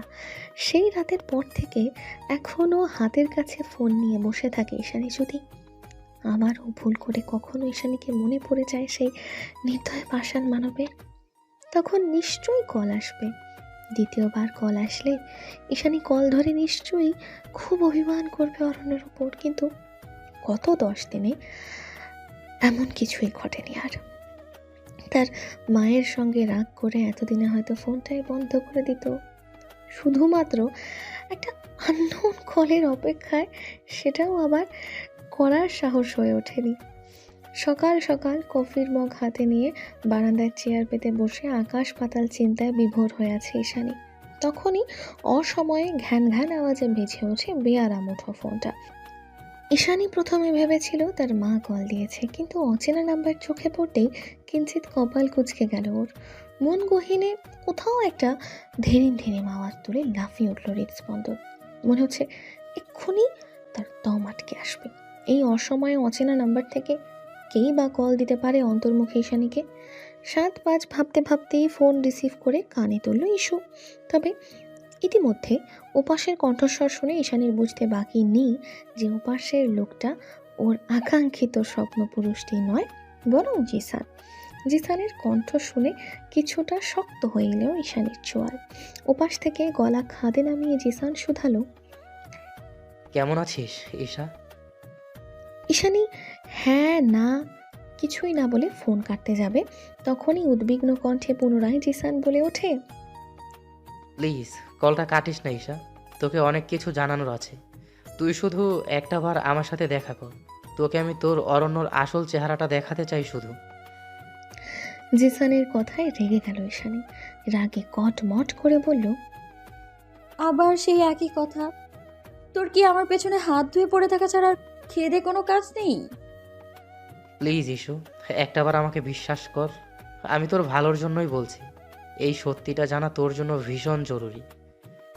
তোর কাছ থেকে কোনো প্রকার সত্যি জানার প্রয়োজন কিংবা ইচ্ছে কোনোটাই নেই আমার। রাখলাম, বাই। এক নাগারে কথা শেষ করে জিসানের মুখের উপরে কল কেটে দিল ঈশা। তবে জিসানের কথাগুলো নিয়ে খুব বেশি ভাবনার সময় করে উঠতে পারল না ও। তার আগেই দ্বিতীয়বারের মতো বেজে ওঠে মুঠোফোন। ঈশানী চোখ বুলিয়ে দেখল নিঝুম ফোন করেছে, তাই কোনোরূপ দ্বিধাদ্বন্দ্ব ছাড়াই ফোন রিসিভ করে কানে তুলল এবার। সঙ্গে সঙ্গে ওপাশ থেকে ভেসে এলো নিঝুমের উদ্বিগ্ন কণ্ঠস্বর, ইস্যুরে তুই কোথায়? দিন দুপুরে নিঝুমের হেয়ালিপনা মোটেই ভালো লাগছে না ঈশার। ও বিরক্ত হয়ে জবাব দেয়, বেকার মানুষ কোথায় আর থাকবো, বাসায় আছি। এবার নিঝুমের কণ্ঠস্বর আরও দৃঢ় হলো খানিকটা। ও ইস্যুকে তাড়া দিয়ে বলল, খবরদার বাসায় থাকিস না, এক্ষুনি কোথাও বেরিয়ে যা। কপাল কুচকালো ঈশানী, গা ছাড়া ভাব ধরে বলল, বেরিয়ে যাব মানে? কি হয়েছে? আন্টি মানে তোর মা একটু আগেই কল দিয়ে আমাদের বাসার অ্যাড্রেস নিল। উনি চিটাগাঙে এসেছে, তোকে এখন পাত্রপক্ষের সঙ্গে আলাপ করাবে, সেজন্য। তোর আজ খবর আছে ইস্যু, তাড়াতাড়ি ভাগ। এতক্ষণে হক চকিয়ে বসা থেকে উঠে দাঁড়ালো ঈশানী। কাঁপা গলায় তোতলাতে তোতলাতে বলল, কি বলছিস? এখন এই সময় যাবোটা কোথায় আমি? 5 মিনিট পরেই আমার ক্লাস টেস্ট, নয়তো বলছিলাম ক্যাম্পাসে চলে আয়, কিন্তু সেটাও তো সম্ভব নয়। তাই আপাতত যেখানে খুশি চলে যা, পরে পরিস্থিতি ঠান্ডা হলে বাড়িতে গিয়ে না হয় সব মানিয়ে নিস। স্যার এসে গেছে, রাখছি, বাই। হিস হিসিয়ে কি যেন বলে তাড়াহুড়ো করে কল কেটে দিল নিঝুম। এদিকে ঈশানী পড়েছে মহা বিপদে, মনে মনে ভাবছে, মা এখানে এলে নির্ঘাত চেঁচামেচি করে ফ্ল্যাট মাথায় তুলবে, তার উপর পাত্রপক্ষ এক মহা ঝামেলা। তার চেয়ে আজকের দিনটা অন্য কোথাও গা ঢাকা দেওয়াটাই সবচেয়ে বুদ্ধিমানের কাজ হবে। কিন্তু হুট করে যাবোটা কোথায়? দাঁত দিয়ে নখ কাটতে কাটতে গভীর ভাবনায় ডুবে আছে ইস্যু। এমন সময় আবারও কল আসে জিসানের নাম্বার থেকে।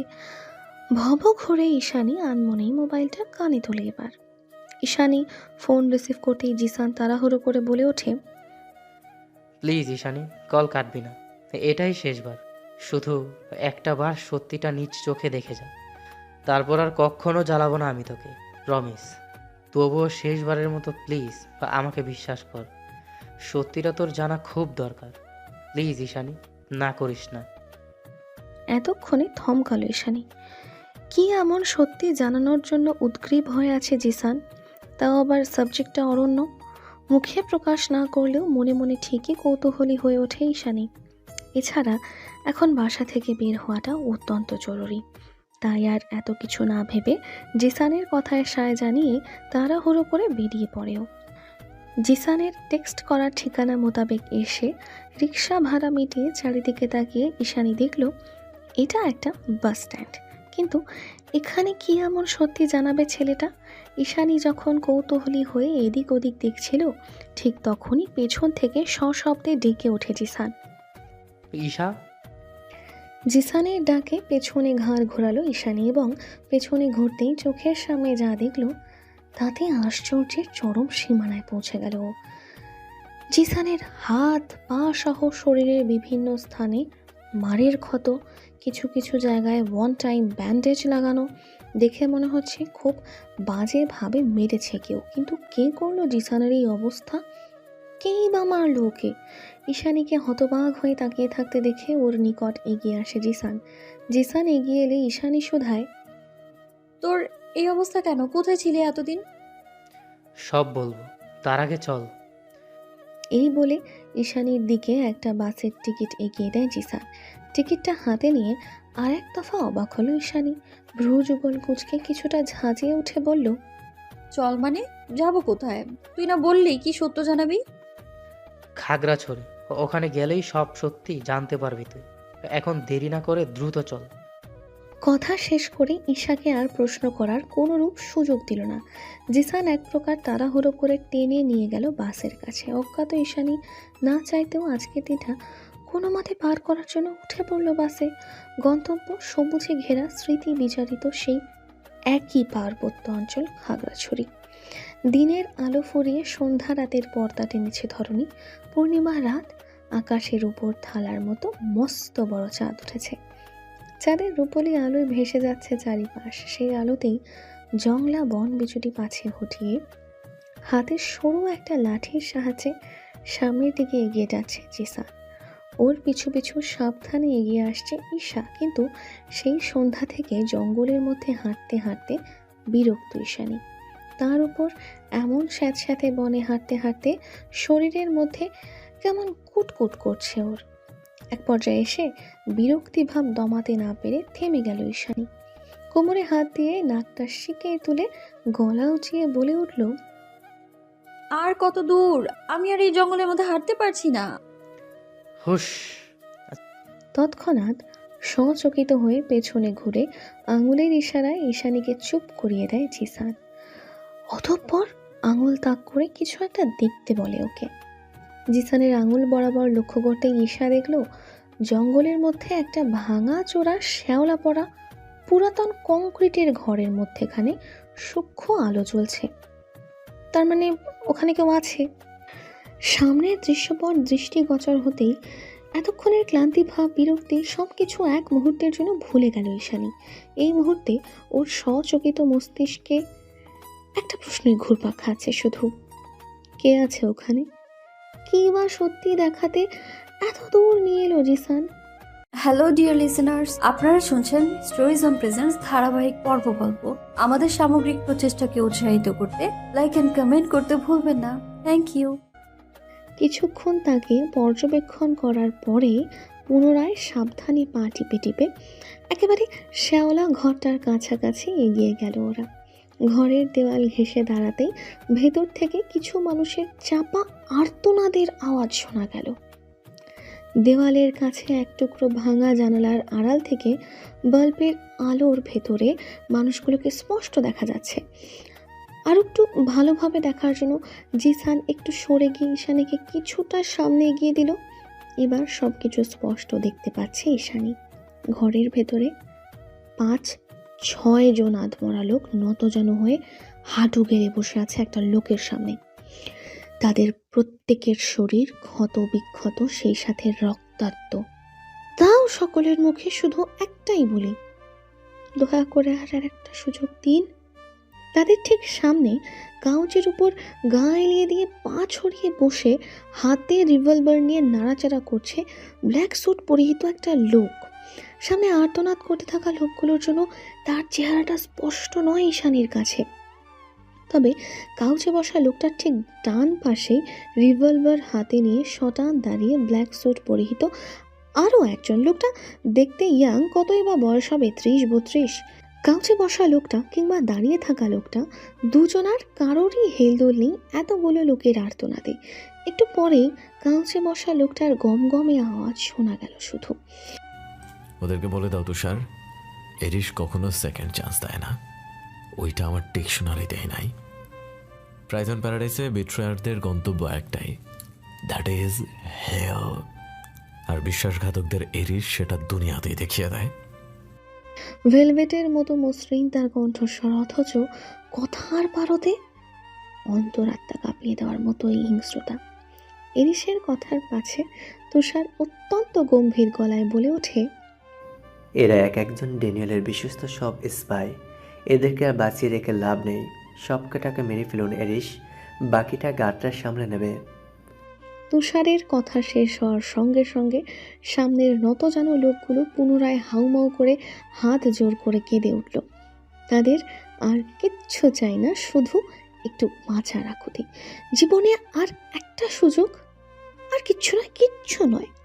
অথচ লোকটার কান্নাকাটির মাঝে একে একে রিভলভারগুলো লোড করে ফেলল হার্টলেস মাফিয়া বস এরিশ। এরপর হিস হিসিয়ে শুধু ঠোঁট নাড়িয়ে কয়েকটা আওয়াজ বের করলো মুখ থেকে, এরিশ কখনো সেকেন্ড চান্স দেয় না, জাস্ট গো টু হেল। ব্যাস। এরপর পায়ের উপর পা তুলে আরামসে বসে একের পর এক ট্রিগার প্রেস করে কীট পতঙ্গের মতোই একে একে ঝাঁঝরা করতে লাগলো সবগুলো স্পাইয়ের বুক। মুহূর্তের মধ্যে বারুদ আর রক্তের তীক্ষ্ণ গন্ধে ভরে উঠল জায়গাটা। অত্যন্ত ক্রোধের সাথে গুলি চালানোর ফলে এক পর্যায়ে স্পাইগুলোর বুক থেকে বের হওয়া রক্ত ছিটকে এসে আছড়ে পড়ল ঈশানীর চোখে মুখে। সেই সাথে ওর চোখের সামনে স্পষ্ট হলো ভীষণ প্রিয় পিয়ার্সিং করানো সুদর্শন অথচ হিংস্র মুখশ্রীখানা। সঙ্গে সঙ্গে গগন কাঁপিয়ে চিৎকার করে উঠল ঈশানী। অরণ্য! তৎক্ষণাৎ শক্ত হাতে ওর মুখটা চেপে ধরে জিসান। মাত্র কয়েক মুহূর্তের মধ্যে ঈশানীর নিথর শরীরটা এলিয়ে পড়ে জিসানের কাঁধে। কিন্তু ততক্ষণে বড্ড দেরি হয়ে গিয়েছে, কারণ ইতিমধ্যেই এরিশ ইউভানের পূর্ণ দৃষ্টি আকর্ষণ করে নিয়েছে আগন্তুক দুজন মানব মানবী। শুনশান, নিস্তব্ধ, নিরিবিলি চারিপাশ, ভীষণ যাতনায় দুলছে পৃথিবীটা। ফাঁকা মস্তিষ্ক, রক্তরঞ্জিত দগদগে হৃদয়, আর রিভলভার থেকে বের হওয়া ক্ষুদ্র ক্ষুদ্র বুলেটের মিছিল। ব্যাস, মুহূর্তেই চারিদিকে ছড়িয়ে পড়ে কান্না, হাহাকার, যন্ত্রণা আর লাশের গন্ধ। ঠিক তার উপর দাঁড়িয়ে দক্ষ শুটারদের মতোই এক হাতে গান চালাচ্ছে অসম্ভব সুদর্শন অথচ হৃদয়হীন ভালোবাসার মানুষটা। কি তার আসল পরিচয়? কি বা তার নাম? অরণ্য নাকি এরিশ?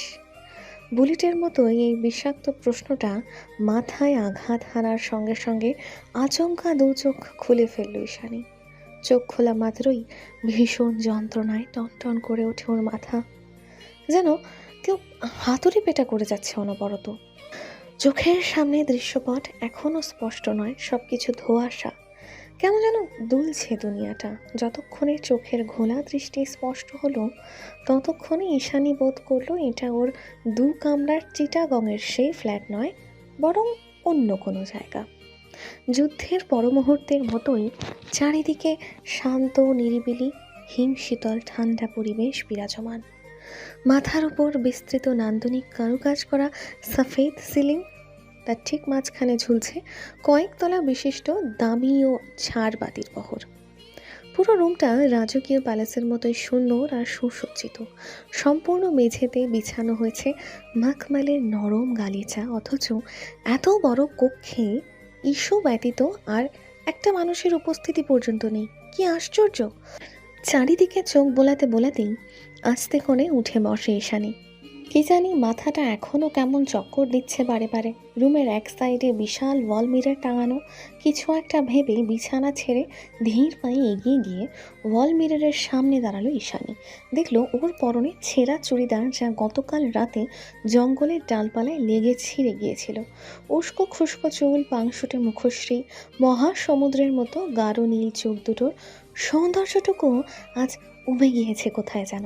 ফর্সা লাস্যময়ী মুখটা শুকিয়ে ফ্যাকাশে বর্ণ ধারণ করে আছে। মুখের আশেপাশে একটু ভালোভাবে লক্ষ্য করতেই ঈশানী দেখতে পেল কাল রাতের শুকিয়ে যাওয়া রক্তের দাগ।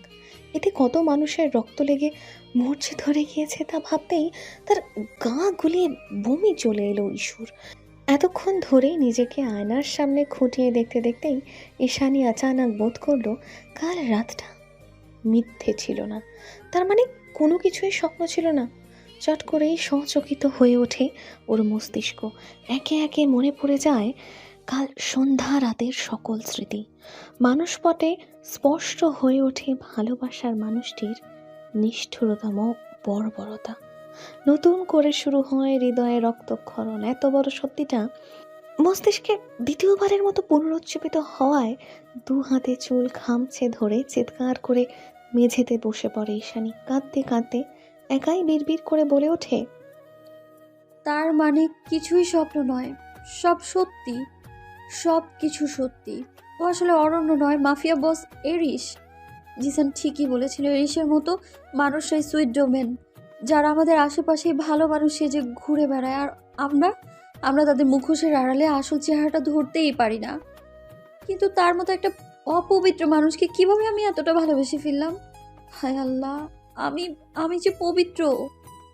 আবারও হৃদয় বিদারক এক অসহায় চিৎকার বেরিয়ে আসে ঈশানীর বুক চিরে। আফসোস আর হৃদয় ভাঙার জোড়া বালিতে ক্রমশ তলিয়ে যাচ্ছে ঈশানী। শুধু মনে হচ্ছে কেউ পেছন থেকে ছুরিকাঘাত করে ক্ষত বিক্ষত করে দিয়েছে ওর বুকের ভেতরটা। মেঝেতে ঝুঁকে পড়ে কাঁদতে কাঁদতে ঈশানী আবারও বলে ওঠে, সবাই ঠিকই বলে, আমি যতই আত্মবিশ্বাসী হওয়ার ভান ধরে থাকি না কেন, আসলে ভেতর থেকে আমি এতটা বোকা, সত্যি বোকা আমি, যার এই নিষ্ঠুর দুনিয়া সম্বন্ধে কোনো ধারণাই নেই। জিসান ঠিকই বলে, কিচ্ছু জানি না আমি, কিচ্ছু না। জিসানের কথা বলতে বলতে হুট করেই ঈশানীর মনে পড়ে গেল জিসান কাল রাতে ওর সাথেই ছিল। তাছাড়া এই জায়গাটাও তো ভারী অচেনা। অগত্যাই কান্নাকাটি বাদ দিয়ে তাড়াহুড়ো করে উঠে দাঁড়ালো ঈশানী। ভেতরে ভেতরে শঙ্কা জেগেছে ওর। এরিস ইউভান এত সহজে ওদের ছেড়ে দিল?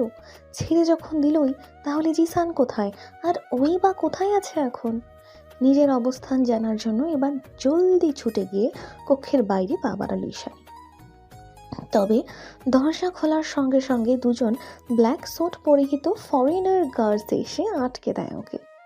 এমন দানবীয় দেখতে লোকগুলোর সঙ্গে কথা বলার সাহস হলো না ঈশানী, তাই ধীরে ধীরে পিছিয়ে গিয়ে রুমের জানলার কাছে ছুটে যায় ও।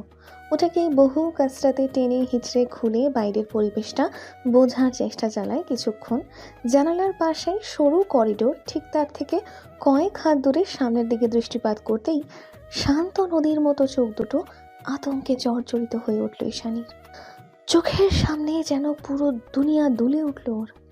আকস্মিক ঘটনায় স্তব্ধ হা হয়ে যাওয়া মুখটা দু হাতে চেপে ধরে নিজের অজান্তে কয়েক কদম পিছিয়ে এলো ঈশানী। পিছু হাঁটতে হাঁটতে ভয়ে থর থরে কেঁপে উঠে অস্পষ্ট আওয়াজে বলে উঠল, এটা তো মাঝ সমুদ্র, তাহলে আমি এখানে কেন? কোথায় আছি আমি?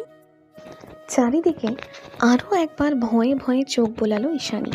দেখতে দেখতে এতক্ষণে খেয়াল করে বুঝতে পারলো আসলে তখন থেকে ওর মাথা ঘুরছে না, বরং সমুদ্রের মাঝখানে হওয়ায় এই বিশাল আকৃতির বিলাসবহুল জাহাজটাই ঢেউয়ের তালে তালে বারবার দুলে উঠছে। এই পর্যায়ে এসে ঈশানীর মস্তিষ্ক পুরো ফাঁকা লাগছে। এই মুহূর্তে জিসানের কথা তো দূরে থাক, নিজের জীবনটাই ওর কাছে অর্থহীন মনে হচ্ছে। মুহূর্তের মাঝে জীবনের আশা, আকাঙ্ক্ষা, ভবিষ্যৎ, ভালোবাসা সব কিছু ভুলতে বসেছে মেয়েটা। মনে হচ্ছে তার জীবনটা এখানেই থমকে যাবে, তীর হারায় প্রকাণ্ড সমুদ্রের মাঝে হারিয়ে যাবে নীল চোখের মেয়েটা। অগত্যা ঈশানী আর কোনো কিছু না ভেবেই একেবারে নির্দ্বিধায় ধপ করে বসে পড়ল গালিচা বিছানো মেঝের উপর। প্রচণ্ড মানসিক ধাক্কায় ঈশানী হয়তো আবারও জ্ঞান হারাবে। ঠিক এমন সময় দরজা খোলার ক্যাচ ক্যাচ আওয়াজে আরেক দফা সচকিত হয়ে উঠল ওর মস্তিষ্ক। তৎক্ষণাৎ আস্তে করে ঘাড় ঘোরালো ঈশানী। দেখল বড় বড় পা ফেলে ওর দিকেই এগিয়ে আসছে মাফিয়া বসটা। দেখতে সবসময়ের মতোই স্টাইলিশ, ভ্রুতে পিয়ার্সিং, হাতে পাইথন খচিত ট্যাটু ব্রেসলেট, অধর তলার কালো তিল, সব কিছু এখনও বিদ্যমান। পরনে সেই ব্ল্যাক স্যুট, ঠিক ওর মনের মতোই কালো আর কুৎসিত। কি জানি কি হলো এরিশকে দেখা মাত্রই এতক্ষণ ধরে ভেতরে ভেতরে চাপা পড়ে থাকা ক্রোধান্বিত সত্তাটা হঠাৎ করেই জাগ্রত হয়ে উঠল ঈশানীর মাঝে। মাত্রাতিরিক্ত ক্ষোভের বশবর্তী হয়ে দৌড়ে গিয়ে হিংস্র বাঘিনীর ন্যায় আচমকা ঝাঁপিয়ে পড়ল এরিশের উপর। নরম দুহাতে ওর শার্টের কলারটা শক্ত করে চেপে ধরে চিৎকার দিয়ে বলে উঠল, নিষ্ঠুর, মিথ্যাবাদী, প্রতারক, তুই খুনি একটা, পুলিশে দিব আমি তোকে। ঈশানীর কথায় মনে মনে কিঞ্চিত হাসল বোধহয় এরিশ। এরিশের পেছনেই দুজন মহিলা সার্ভেন্ট হাতে কিছু জামা কাপড় আর খাবার নিয়ে দাঁড়িয়েছিল। ও হাতের ইশারায় তাদেরকে চলে যেতে বললে সার্ভেন্টগুলো তাড়াহুড়ো পায়ে জায়গা ত্যাগ করে।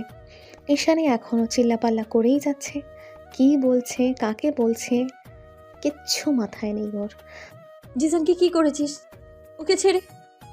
বাক্যটুকু আর শেষ করতে পারল না ঈশানী। তার আগে এরিশের শক্ত হাতের চপেটাঘাতে ঘুরে ছিটকে পড়ল মেঝেতে। ঈশানী সরে যেতেই এরিশ এদিক ওদিক ঘাড় ফুটিয়ে নিজের সিল্কি চুলের ভাঁজে আঙুল চালাতে চালাতে বলে ওঠে, আইস, দিস ইজ টু মাচ। এরিশ ইউভানের কলারে হাত দেওয়ার সাহস হলো কি করে তোমার? থাপ্পড়ের আঘাতটা এতই জোরে ছিল যে ঈশানী ঠোঁট কেটে রক্ত বেরিয়ে এসেছে। তবুও নিজের কানকে বিশ্বাস করতে পারছিল না। হুট করে প্রেমিক পুরুষের এহেন হিংস্র রূপ মেনে নেওয়া কষ্টকর। ঈশানীও নিজেকে বিশ্বাস করিয়ে উঠতে পারছিল না কিছুতেই। তাই তো সহসা পেছনে ঘুরে আহত গলায় এরিশকে ডেকে উঠল, অরণ্য। ঈশানী ডেকে ওঠার সঙ্গে সঙ্গে দ্রুত কদমে এগিয়ে এসে ওর সামনে এক হাঁটু ভাঁজ করে বসে ঈশানীর চোয়ালটা শক্ত হাতে চেপে ধরে গর্জে উঠল এরিশ। চোখের মাঝে এক রাশ আক্রোশ ধরে রেখে দাঁতে দাঁত পিষে গম্ভীর গলায় বলল, অরণ্য নয়, এরিশ, দ্য গ্যাংস্টার এরিশ ইউভান, যার মধ্যে দয়া, মায়া, করুণা, ভালোবাসা আর দুর্বলতা কোনো কিছুর অস্তিত্ব নাই। আমাকে এই ইনোসেন্ট ব্লু আইজ দেখিয়ে কোনো লাভ হবে না, কারণ আমার কোনো দুর্বলতা নাই। I am heartless man. এরিশের হাতের বাঁধন ছিল পাথরের মতোই শক্ত আর কঠিন, যেন মনে হচ্ছে ঈশানীর নরম তুলতুলে চোয়ালটা এক্ষুনি ভেঙে বেরিয়ে আসবে। তবুও কাঁদতে কাঁদতে ঈশানী বলে ওঠে, কেন ধরে এনেছেন আমায়? কি ক্ষতি করেছি আমি আপনার? আর আমার বন্ধু কোথায়? কয়েক সেকেন্ডের জন্য এক টুকরো ক্রুরো হাসি খেলে গেল এরিশের ঠোঁটের আগায়। এর পরক্ষণেই আবার তা মিলিয়ে গেল কাঠিন্যতার আড়ালে। অতঃপর আগের মতোই শক্ত গলায় এরিশ বলে উঠল, এরিশ কাউকে কৈফিয়ত দেয় না। তোমার বন্ধুকে তুমি তখনই দেখতে পাবে যখন চুপচাপ আমার